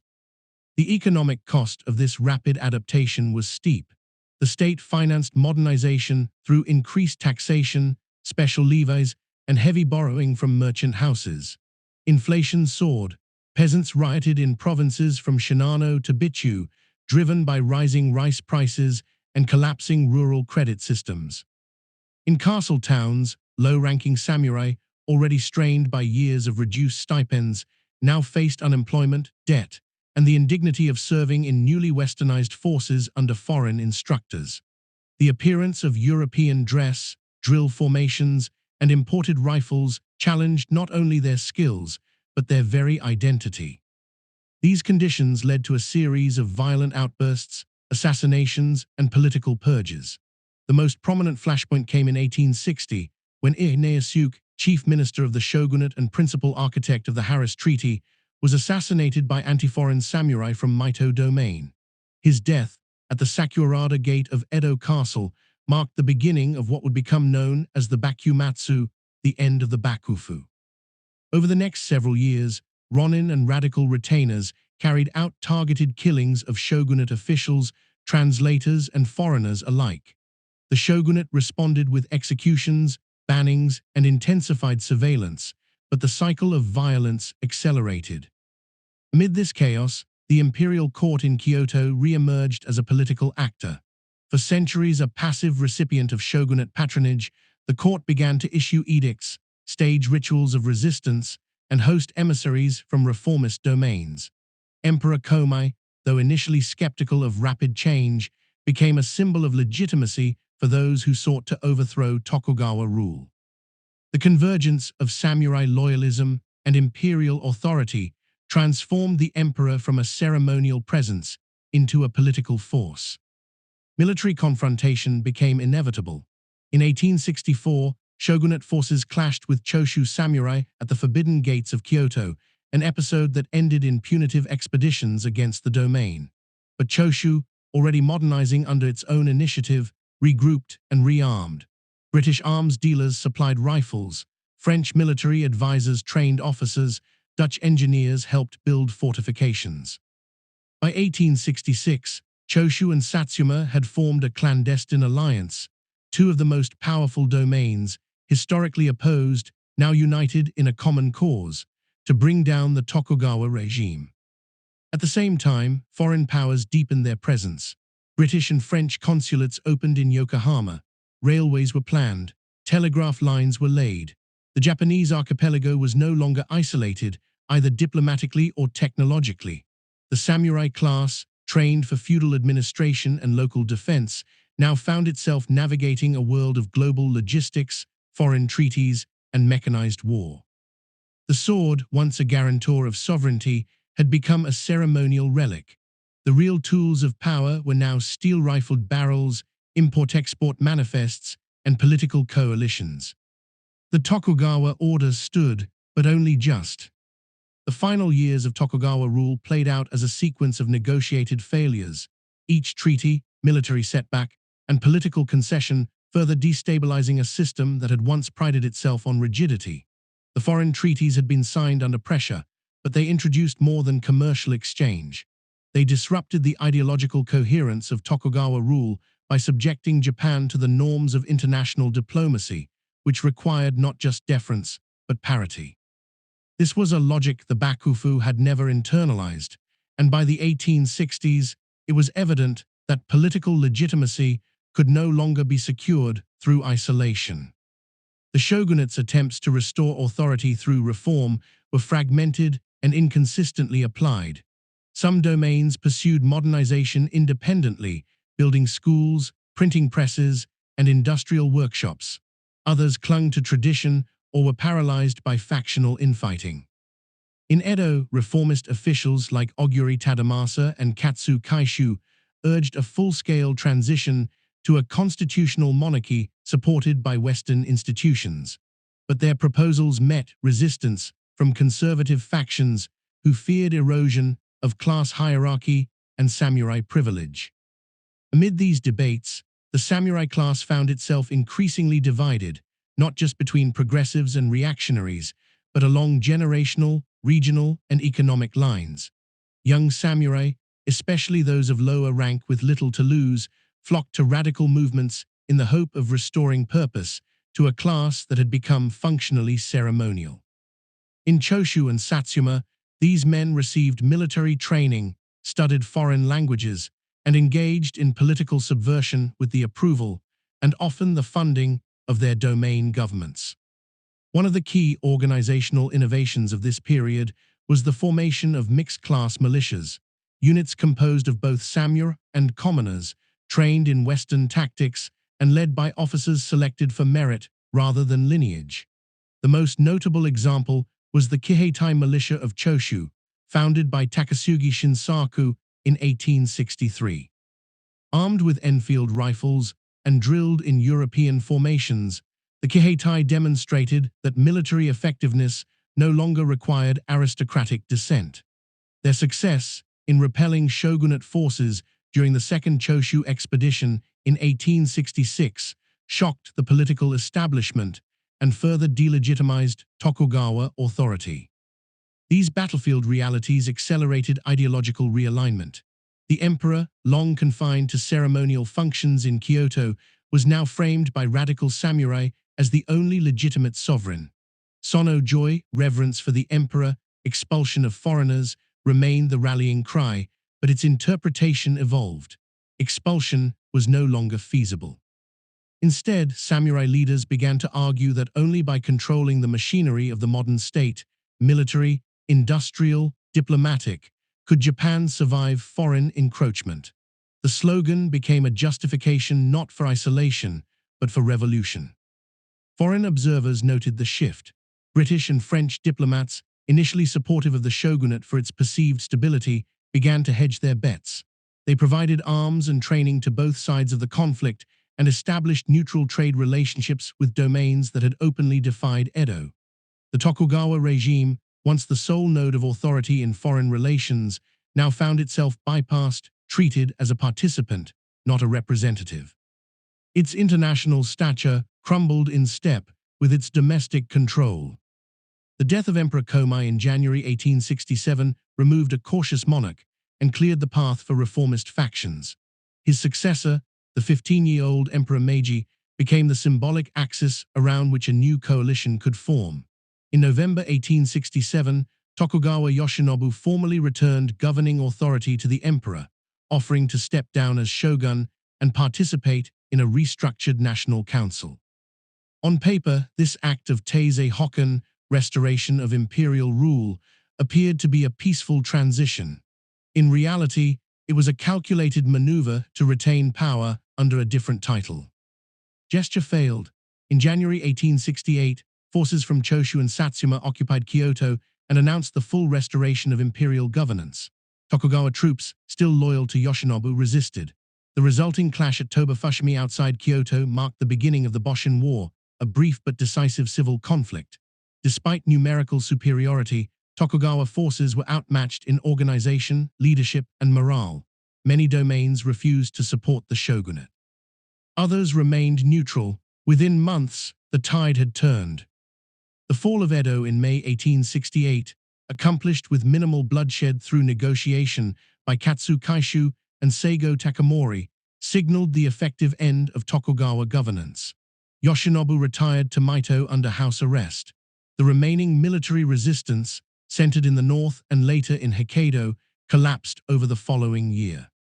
The new Meiji government swiftly moved to abolish the shogunate, disband domainal rule, and reconfigure the samurai class as servants of a centralized, modernizing nation-state. For the samurai, this was a moment of both triumph and dissolution. They had brought down the regime they served, not in the name of rebellion, but in pursuit of restoration. Yet their reward would not be elevation, but absorption. The very qualities that had justified their existence, arms-bearing, land administration, hereditary privilege, were now liabilities in a polity redefining sovereignty through uniformity, conscription, and law. The samurai had removed their shogun, but they would not rule in his place. In the months following the imperial restoration, the Meiji leadership began dismantling the institutional pillars of the Tokugawa order with deliberate speed. What had taken over 2 centuries to solidify unraveled in less than a decade. The transformation was not merely political. It was structural, cultural, and existential, and its most immediate victims were the samurai themselves. Their privileges were revoked not through war, but through legislation. The abolition of domains in 1871 eliminated the administrative basis of samurai stipends. Land was nationalized, taxation standardized, and the class hierarchy legally flattened into the new status of citizen. Initial reforms offered the illusion of continuity. Former daimyo were appointed as governors of their respective domains, now reclassified as prefectures. Samurai received government bonds in exchange for their stipends, calculated on their prior rank and tenure. But the shift from rice-based income to bond coupons linked to volatile national revenues created insecurity. As inflation rose and bond values fell, many samurai found themselves impoverished. The symbolism of the katana, now formally prohibited in public dress by the 1876 Heitorei Edict, was replaced by government-issued uniforms, bearing neither family crests nor clan colors.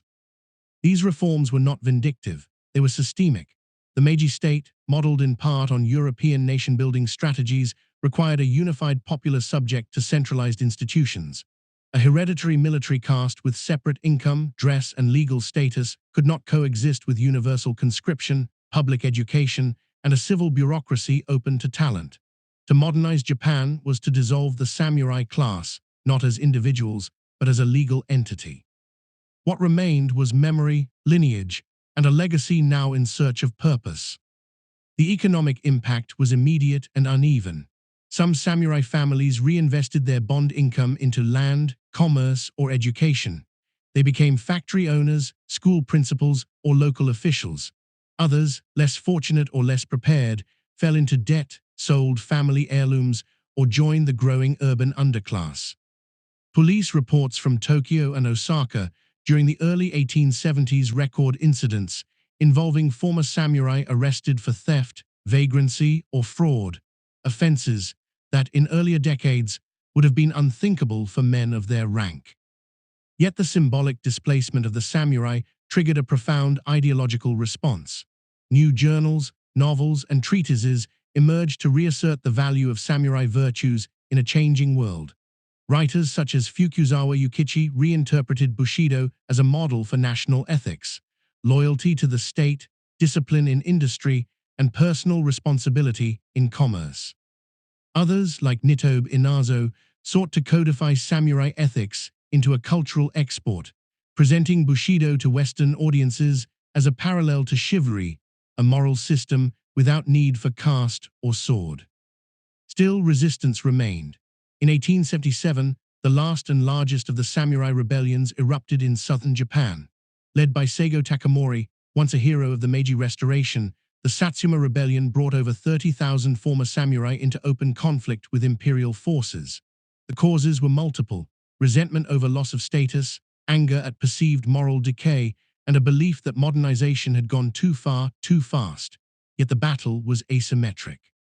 The Meiji army, equipped with modern rifles, artillery, and conscripted soldiers, overwhelmed the rebel forces. The war ended with Seigo's suicide and the near-total destruction of the samurai as a political force. Ironically, the government that had crushed the samurai soon repurposed their image. In the 1880s and 1890s, the samurai ethos was rebranded as a national character. Military academies taught discipline through the lens of Bushido. Textbooks invoked historical examples of loyalty, endurance, and sacrifice. State Shinto framed the emperor as the spiritual center of unity, while the former warrior virtues were recast as citizen duties. The samurai had been dissolved as a class, but elevated as an idea, one that would come to define Japan's modern military and civic culture. This transition was not mere nostalgia. It was a calculated act of ideological synthesis. The state appropriated the symbolic capital of the samurai, their austerity, devotion, and death readiness, and redeployed it to support the machinery of the industrial empire. Monuments to fallen samurai were erected in prefectural capitals. Public parades included sword drills. Former samurai were employed to staff the civil police, lead schools, and instruct at military academies. But behind the pageantry lay displacement. The final imperial edicts concerning class structure did not just abolish the samurai, they abolished the language used to describe them. No longer bushi, they were now shizoku, a term meaning former noble. This designation persisted in legal records but had no administrative power. It was a label of nostalgia, not command. Thus, within a single generation, the samurai were transformed, from rulers to ruled, from warriors to bureaucrats, and finally, from citizens to symbols. Their swords had been laid down, but their legacy, reforged in national myth, would rise again not in the hand, but in the imagination. With the formal abolition of the samurai as a legal class by the early 1880s, Japan stood transformed. Yet the ideological architecture the samurai had once inhabited, loyalty, restraint, self-discipline, and readiness for death, was not dismantled. It was redistributed. As Japan restructured itself into a centralized nation-state modeled on European powers, it found in the memory of the samurai a moral grammar for modern citizenship. Samurai ethics, once confined to a hereditary elite, were now framed as the foundation for national identity in a rapidly industrializing and militarizing world. The process was deliberate. Educational reforms instituted in the 1870s introduced standardized moral instruction, shushin, in primary schools, emphasizing filial piety, loyalty to the emperor, and personal discipline. These virtues, once taught in clan academies to young samurai, were now reframed for children across all social backgrounds. The 1890 Imperial Rescript on Education codified this shift, linking obedience to familial and state authority as mutually reinforcing duties. The samurai's internalized codes were nationalized, transformed into pedagogical tools for shaping the modern Japanese subject. Literature, journalism, and political theory followed suit. The works of Nitobe Inazo, particularly his 1899 English-language treatise Bushido, The Soul of Japan, positioned samurai ethics as both historically unique and universally admirable. Nitobe's portrait of Bushido as a blend of Confucian rectitude, Zen discipline, and feudal honor resonated with international readers, even as it departed from historical complexity. Within Japan, the book was initially met with ambivalence. Many saw it as a romanticized simplification, yet it helped lay the groundwork for a broader reinterpretation, one in which Bushido was no longer a matter of class identity, but of national spirit. Military institutions became the primary vessels for this reimagined ethos. The new Imperial Japanese Army, formed in the 1870s and modeled on a Prussian organization, incorporated former samurai as officers and instructors. Drill regulations emphasized emotional endurance, obedience to command, and willingness to sacrifice. Veterans of the Boshin War and Satsuma Rebellion were honored not for their causes, but for their conduct, transformed into archetypes of soldierly loyalty. The military service requirement for men, established in 1873, ensured that a generation of citizens would encounter a system that taught civic virtue through martial discipline. Visual and material culture reinforced these messages. Public monuments commemorated fallen warriors. Printmakers published woodblock prints of famous samurai deeds, now paired with modern captions extolling patriotism and self-sacrifice. Museums displayed swords, armor, and calligraphy once housed in clan treasuries, reframing them as national heritage rather than aristocratic relics. In household shrines and public ceremonies alike, the sword, stripped of its battlefield function, became an emblem of character. It was not to be wielded, but remembered. And memory, as the state soon realized, was a powerful tool. As Japan embarked on overseas expansion in the late 19th and early 20th centuries, first in Taiwan, 1895, then Korea, 1910, and later Manchuria, the image of the samurai served as both moral justification and cultural metaphor. Soldiers were urged to emulate the loyalty of past warriors. Officers cited classical tales of self-sacrifice in field briefings and military academies. Even conscripts, drawn largely from rural farming backgrounds, were told they were inheriting the spirit of the samurai, the Yamato Damashe, or Japanese spirit, redefined for an imperial age. Yet this transformation was not uniform. Intellectuals and historians debated the historical accuracy of the samurai mythos. Scholars like Shigeno Yasutsugu and Kume Kunitake criticized romanticized narratives, pointing out the diversity of samurai roles and the contradictions within Bushido itself. In academic journals, they traced the evolution of samurai governance, administration, and ideology, noting how often practice diverged from principle. But these critiques had limited influence outside scholarly circles. The public narrative, supported by state institutions, remained intact, a story of sacrifice, continuity, and honor repurposed for modern ends. By the early 20th century, the samurai had become what they had never been in life: unified, virtuous, timeless. This idealization did not reflect the complexities of their history, but it gave coherence to a national project in need of moral foundation. The warrior's legacy, once bound to feudal obligation, was now enlisted in the service of the empire. The first true test of the samurai ideal, as remade for the modern nation, came not in classrooms or parade grounds, but on the battlefield, in wars waged under new imperial banner, but infused with ancestral rhetoric. The Sino-Japanese War of 1894–1895 and the Russo-Japanese War of 1904–1905 marked Japan's entry into the global order of modern powers. They also served as theaters in which the state could showcase the moral and military value of its newly nationalized warrior ethos. In both conflicts, public narratives framed victory as proof that the spirit of Bushido remained active in the hearts of Japanese soldiers. Newspapers praised acts of self-sacrifice, often drawing direct analogies to legendary samurai tales. The deaths of officers who refused capture, the voluntary charges against fortified positions, and the stoic endurance of siege warfare were presented as proof that the samurai's legacy had not vanished, it had evolved. The modern Japanese soldier, clad in khaki, armed with rifles, and trained in Prussian drills, was hailed as the inheritor of an unbroken moral lineage. Government propaganda reinforced this message. Pamphlets distributed to troops and civilians alike spoke of Jisai, sacrifice, Chusei, loyalty, and Shinjitsu, sincerity, as national virtues. School textbooks illustrated the lives of historical samurai as moral examples for young boys who would soon face conscription themselves. State Shinto ceremonies honored fallen soldiers with rites once reserved for aristocratic warriors.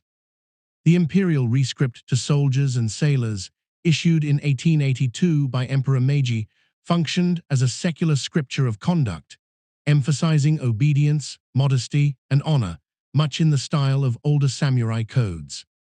Yet the transformation of Bushido from a class ethic to a national virtue introduced contradictions. The historical samurai had been elite, hereditary, and autonomous within their domains. The modern soldier was conscripted, standardized, and subordinated to national command. Where samurai could negotiate terms with lords, modern troops were subject to absolute discipline. Loyalty was no longer interpersonal, it was institutional. The emperor, once remote and symbolic, was now positioned as the living axis of the nation, the object of total obedience in both civil and military life. Despite this shift, the emotional logic of the samurai ideal remained intact.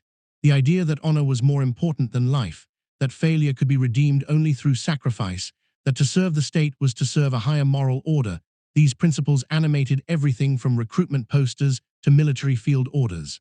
Officers cited historical precedents to explain tactical choices. In battle, commanders invoked Bushido not only to inspire courage, but to demand submission. To question an order was not only insubordination, it was a breach of a thousand-year tradition. After the victory over Russia in 1905, Japan's international prestige rose sharply. Western observers, long dismissive of Asian military capability, now praised Japanese discipline, organization, and bravery, often using samurai metaphors. Foreign correspondents likened Japanese bayonet charges to medieval charges of katana-wielding warriors. Such comparisons were inaccurate but emotionally resonant. They confirmed the Japanese government's own narrative that modernization had not erased tradition but fulfilled it. Domestically, the war cemented the samurai myth into the architecture of national identity. Monuments to victory featured stylized samurai figures. Veterans associations used Bushido as a unifying theme in ceremonies and fundraising campaigns. Even commercial culture joined in. Toy manufacturers released miniatures of samurai warriors alongside modern soldiers. Cigarette companies printed collector cards with famous samurai scenes on one side and patriotic slogans on the other. But the costs of mythologizing the samurai ethos were becoming clear. In elevating self-sacrifice as a national virtue, the state began to blur the line between courage and coercion. The expectation that death could serve the state, that failure was redeemable only through martyrdom, placed immense pressure on individuals. Reports from army chaplains and medical officers during the Russo-Japanese War reveal the psychological toll: depression, guilt, and a growing number of suicides among soldiers who believed they had failed to embody the ideal. Moreover, the state's instrumental use of samurai imagery rendered historical memory selective. The bureaucratic, administrative, and political roles that had defined samurai life for centuries were minimized or erased.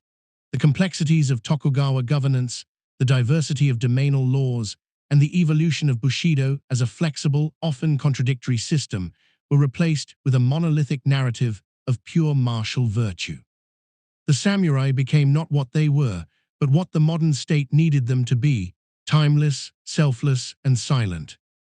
Thus, as Japan advanced into the 20th century, modern in infrastructure, industrial in economy, and imperial in ambition, it carried with it a vision of the past that was both galvanizing and dangerous. The warrior's soul, once bound by fealty and law, had been nationalized.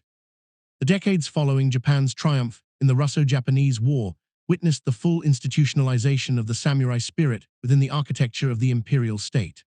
As new generations came of age under the twin banners of nationalism and modernization, the language of Bushido, once regional, complex, and varied, was recast into a single ideological grammar. It taught obedience to the emperor, endurance in hardship, and self-effacement in the service of national destiny. In doing so, it became one of the most powerful psychological instruments of Japan's imperial expansion and its looming militarism. In the educational system, this ideological consolidation was particularly pronounced. The Shushin curriculum, mandated by the Ministry of Education, directed students to model their behavior on historical warriors, not for military reasons, but for moral training. Textbooks included stories of samurai youth who chose starvation over disobedience, of loyal vassals who died upholding honor rather than compromise.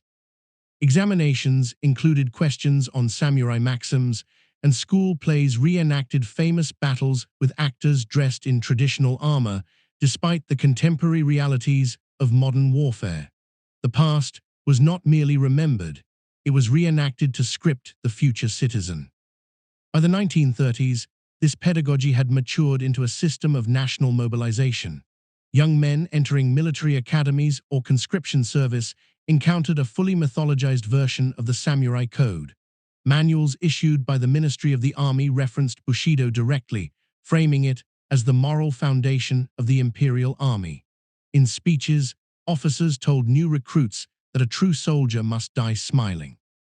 Slogans painted on barracks walls declared that to fall in battle was to fulfill one's highest purpose, sentiments backed by formal doctrine, not folklore.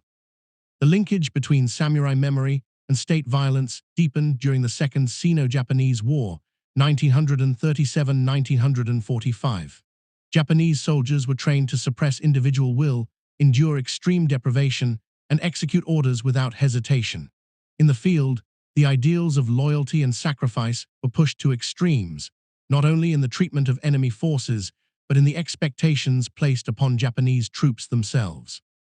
Historical records from regimental diaries and war memoirs reveal a pervasive belief that surrender was dishonorable, that mercy was weakness, and that true victory required both tactical and spiritual domination. The consequences were devastating. In territories such as Nanjing, Manchuria, and the Pacific Islands, Japanese forces committed atrocities often framed internally as acts of discipline or cleansing.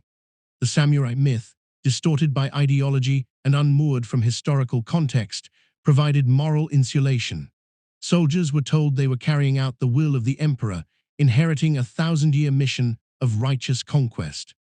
Cultural conditioning made it possible to dehumanize the other, a transformation not born of hatred alone, but of sanctified obedience. At home, the civilian population was drawn into the same orbit of ideology. Wartime propaganda extolled the samurai mother who sent her sons to die without tears. Plays, novels, and films glorified doomed heroism. News reports lauded suicide missions as modern acts of seppuku. Even as food shortages intensified and bombing raids engulfed urban centers, the state urged civilians to act with the fortitude of a warrior household, orderly, proud, and silent. Perhaps nowhere was this ethos more distilled than in the rise of the Tokutai, the special attack units, known in the West as kamikaze pilots. These young men, many still in their teens, were instructed in a version of Bushido stripped of all ambiguity. Death was not a possibility, it was the objective. Farewell letters recovered from these missions are steeped in the language of fealty and transcendence, their prose recalling ancient warrior texts recast for the skis of modern warfare. They believed they were dying for a cause older than the state, the soul of Japan itself, imagined through the lens of the samurai. And yet, even within these tightly controlled structures, cracks appeared. Some officers privately expressed unease with the ethical costs of total obedience. Journal entries and letters, often written in code to evade censorship, suggest that a growing number of soldiers recognized the disjunction between the myth and their lived experience. They obeyed, but not without internal conflict. They sacrificed, but not without reflection. Beneath the official narrative, there remained a ghost of the original samurai ambiguity, the tension between honor and utility, between ritual and survival. By the end of World War II, that ambiguity could no longer be contained. Japan lay in ruins. The emperor, long believed to be divine, had renounced his status. The military was disbanded. The government, under Allied occupation, was ordered to dismantle its ideological apparatus. Bushido, once a state doctrine, was denounced as a cause of war. Textbooks were rewritten. Statues were taken down. Sword production was banned. But memory is not so easily disarmed. The samurai myth, stripped of official endorsement, did not vanish. It retreated into family stories, post-war films, serialized novels, and the quiet pride of men who still remembered the rituals of a vanished world. The sword had once again been sheathed, but the spirit, reshaped, reclaimed, and recirculated, remained. In the decades following Japan's defeat in World War II, the image of the samurai was neither erased nor abandoned. Instead, it entered a new phase, one of cultural reconstitution. With the dissolution of the wartime regime and the Allied occupation enforcing the principles of demilitarization and democratization, the institutions that had once instrumentalized samurai ideals were dismantled. But in the vacuum left by this collapse, a different form of remembrance took shape, one driven not by the state, but by cinema, literature, art, and philosophy. The samurai, once agents of state ideology, became figures of personal and collective introspection. Cinema was the first and most influential medium to mediate this transformation. In the 1950s and 60s, directors like Kurosawa Akira, Kobayashi Masaki, and Mizoguchi Kenji reinterpreted the samurai myth for a post-war society grappling with questions of defeat, guilt, and identity. Kurosawa's Seven Samurai, 1954, portrayed warriors as both protectors and outcasts, men of discipline and violence, loyalty and fragility. Harakiri, 1962, directed by Kobayashi, offered a scathing critique of samurai codes used to mask hypocrisy and institutional cruelty. These films did not glorify feudal loyalty. They exposed its cost in personal suffering, moral rigidity, and social exclusion. At the same time, historical novels by authors such as Yoshikawa Eiji and Shiba Ryotaro brought renewed attention to samurai figures of the past. Yoshikawa's Musashi, serialized in the years just before and after the war, framed the legendary swordsman Miyamoto Musashi not as a killer, but as a seeker, a man who honed his spirit through solitude, hardship, and inner discipline. Shiba's works, especially his chronicles of the Meiji Restoration, painted samurai not as static symbols of tradition, but as agents of transition, capable of both betrayal and transformation. In these narratives, the samurai served not as moral exemplars, but as mirrors. They reflected Japan's ambivalence about its own past, a mixture of reverence and remorse, nostalgia and critique.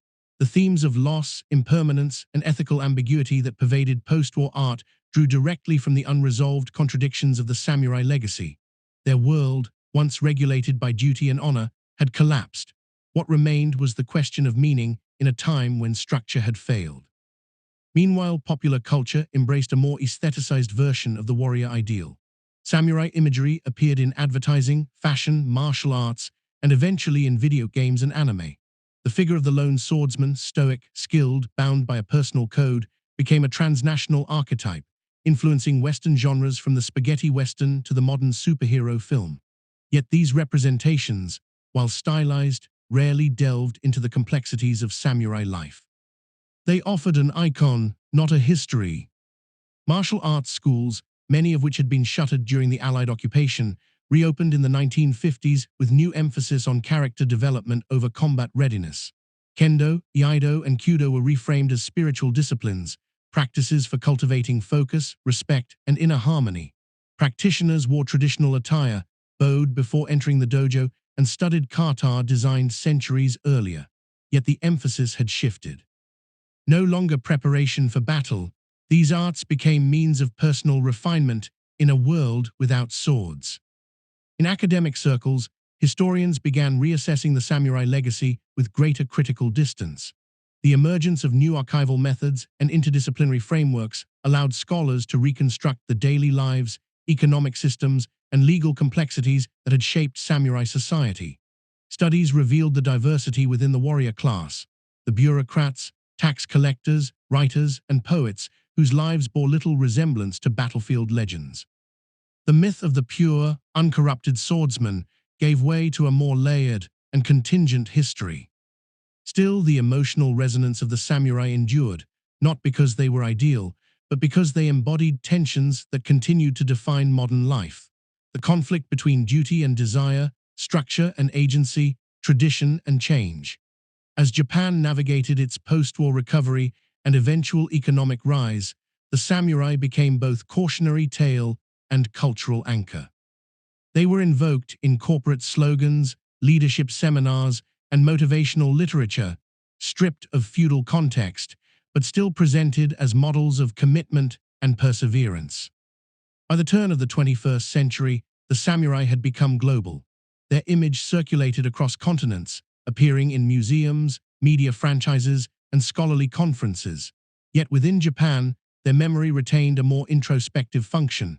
Pilgrims still visited grave sites of fallen warriors. Local festivals reenacted historic battles not for glorification, but to preserve connection with place and lineage. Family registries still recorded samurai ancestry as a quiet point of identity, not elevated, not denied. In the end, the samurai did not disappear. They dispersed into memory, into myth, into meaning. Their armor was no longer worn.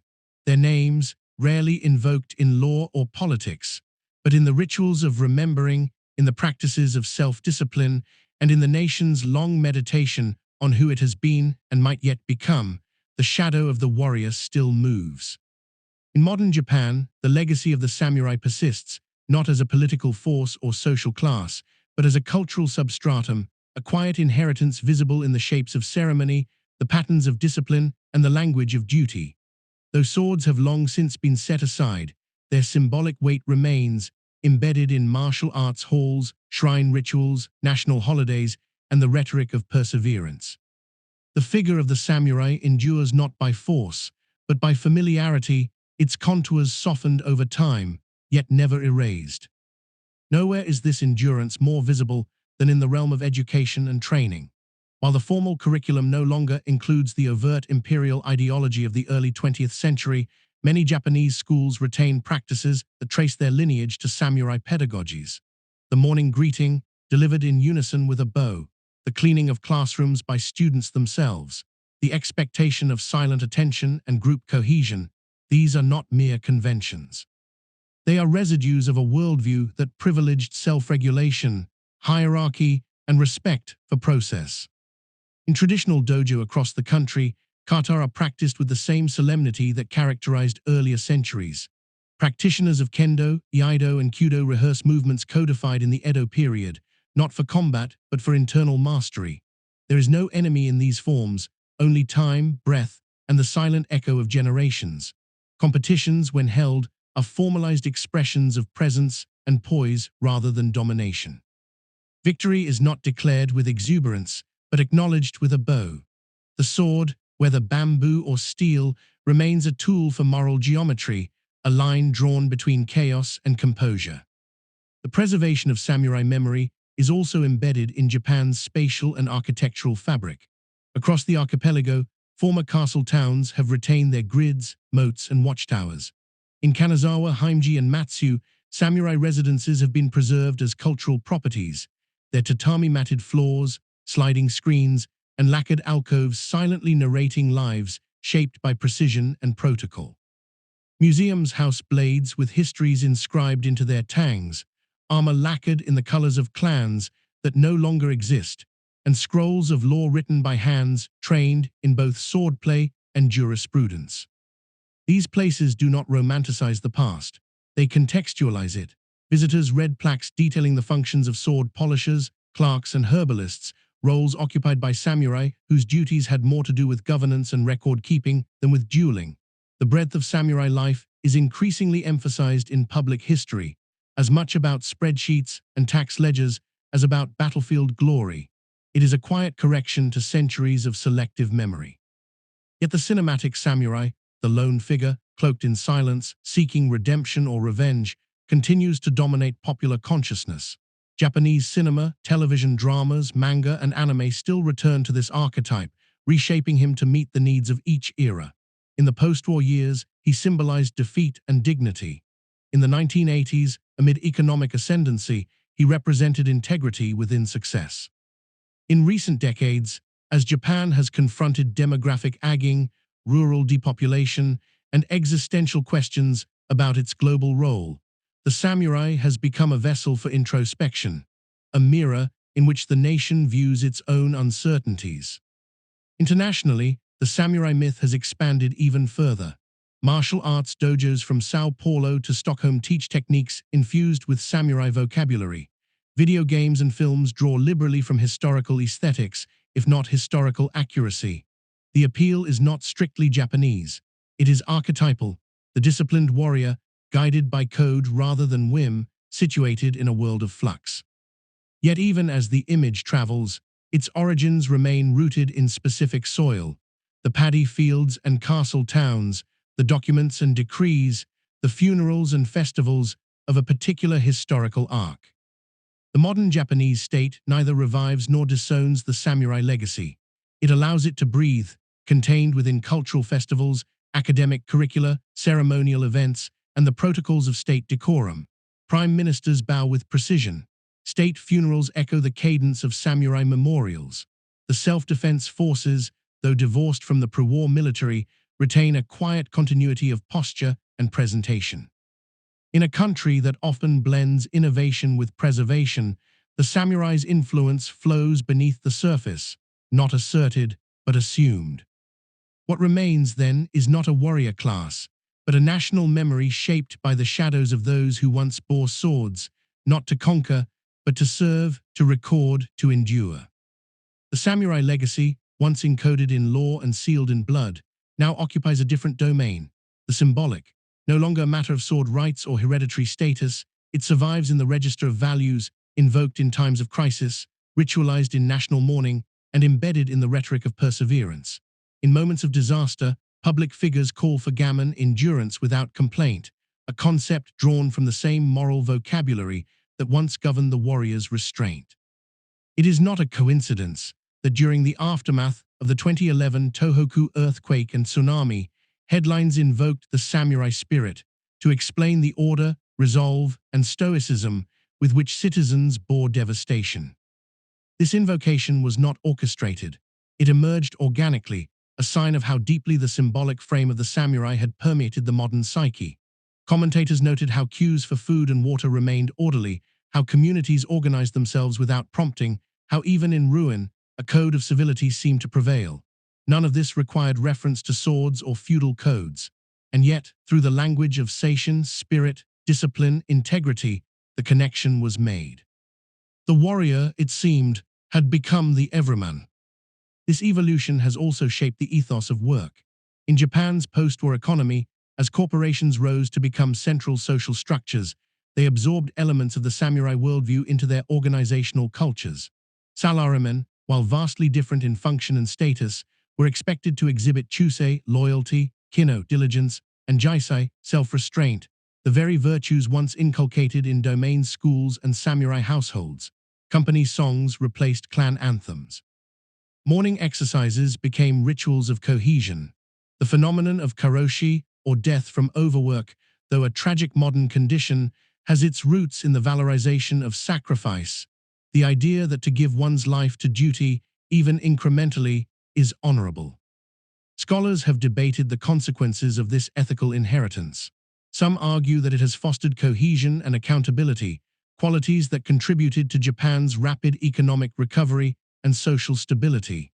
Others note its costs, a reluctance to question authority, an overemphasis on conformity, and a tendency to prioritize institutional continuity over individual well-being.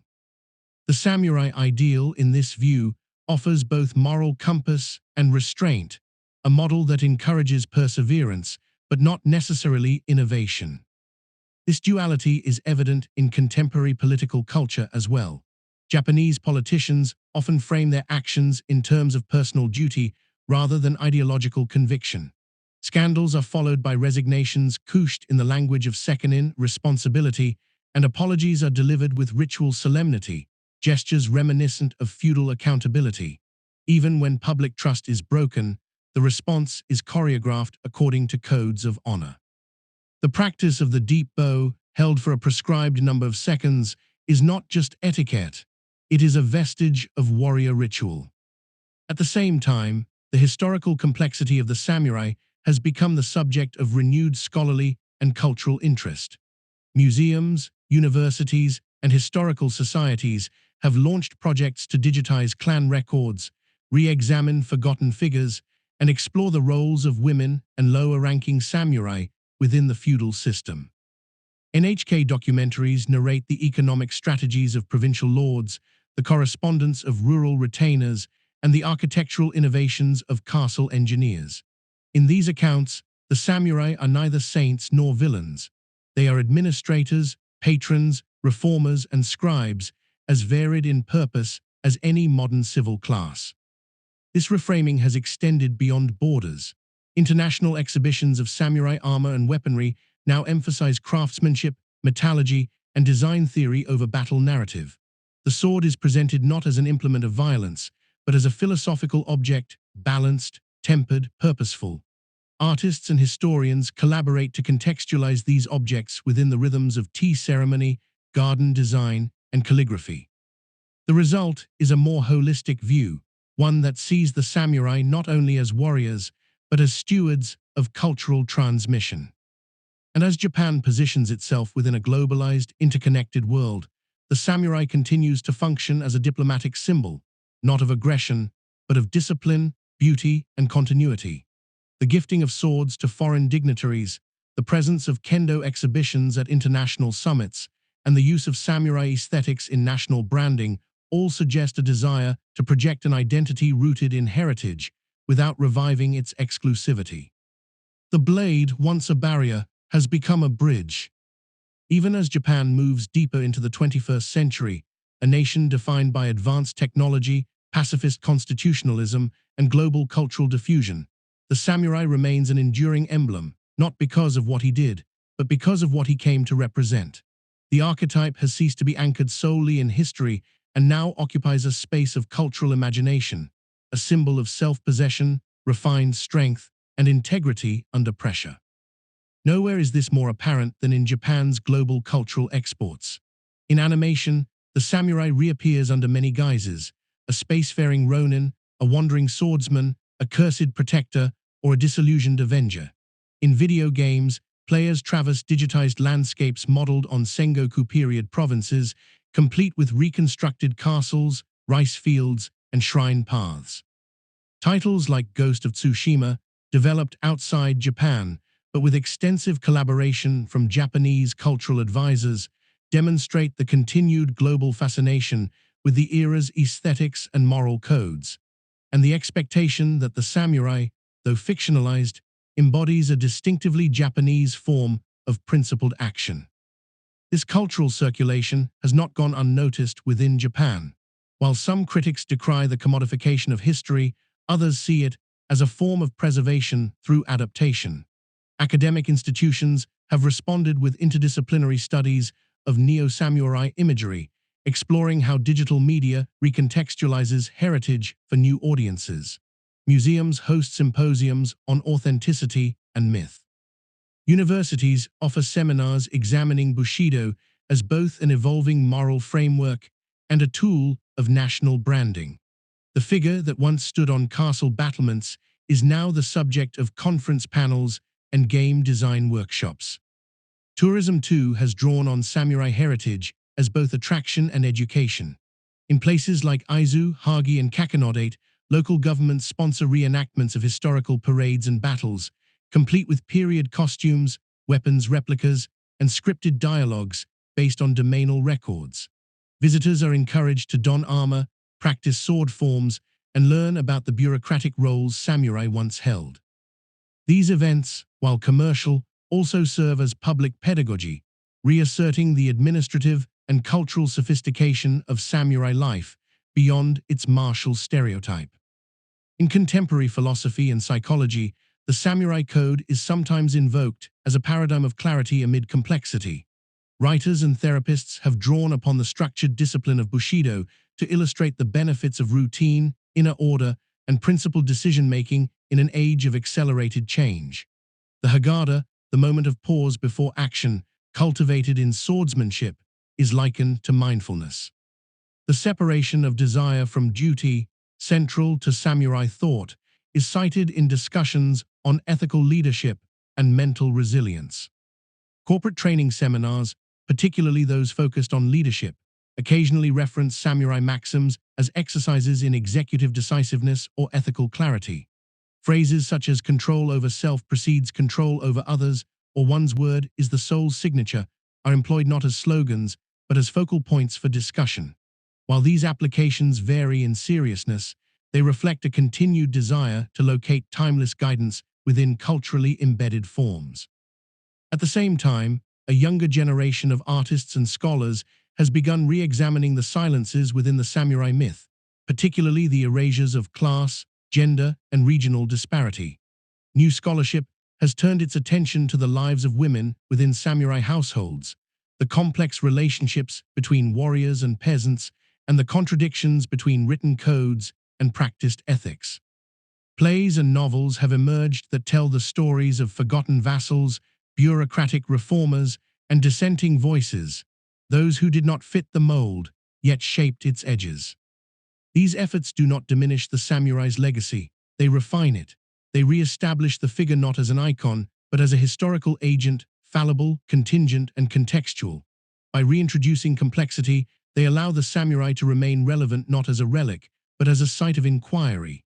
In this, the echo of the blade becomes not a call to arms, but a call to understanding of how societies remember, revise, and repurpose their pasts.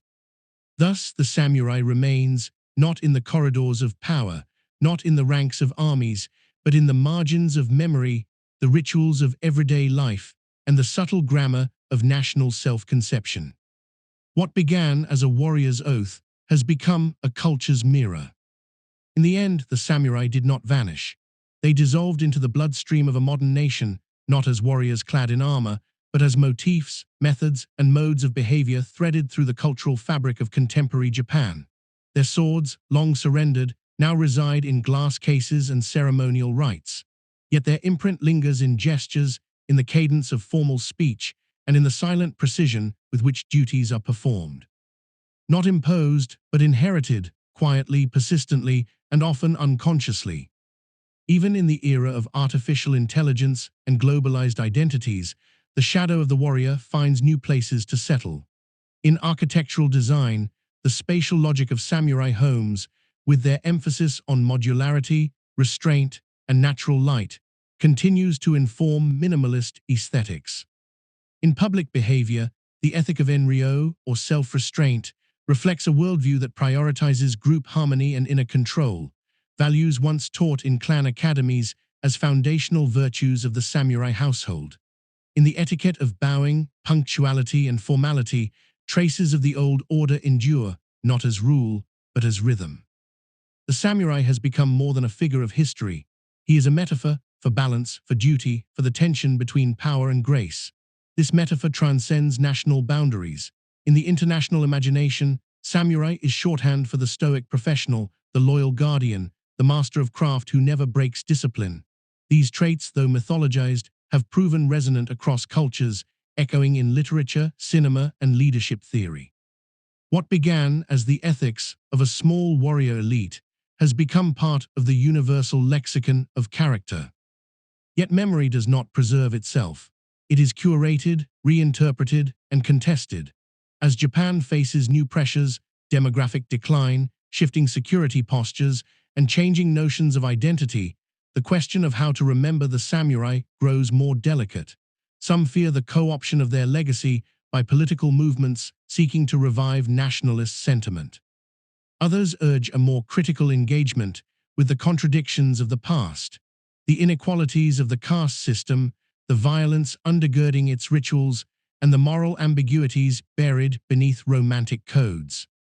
To navigate this, cultural institutions have taken on the role once held by clan academies, not to train warriors, but to train memory itself.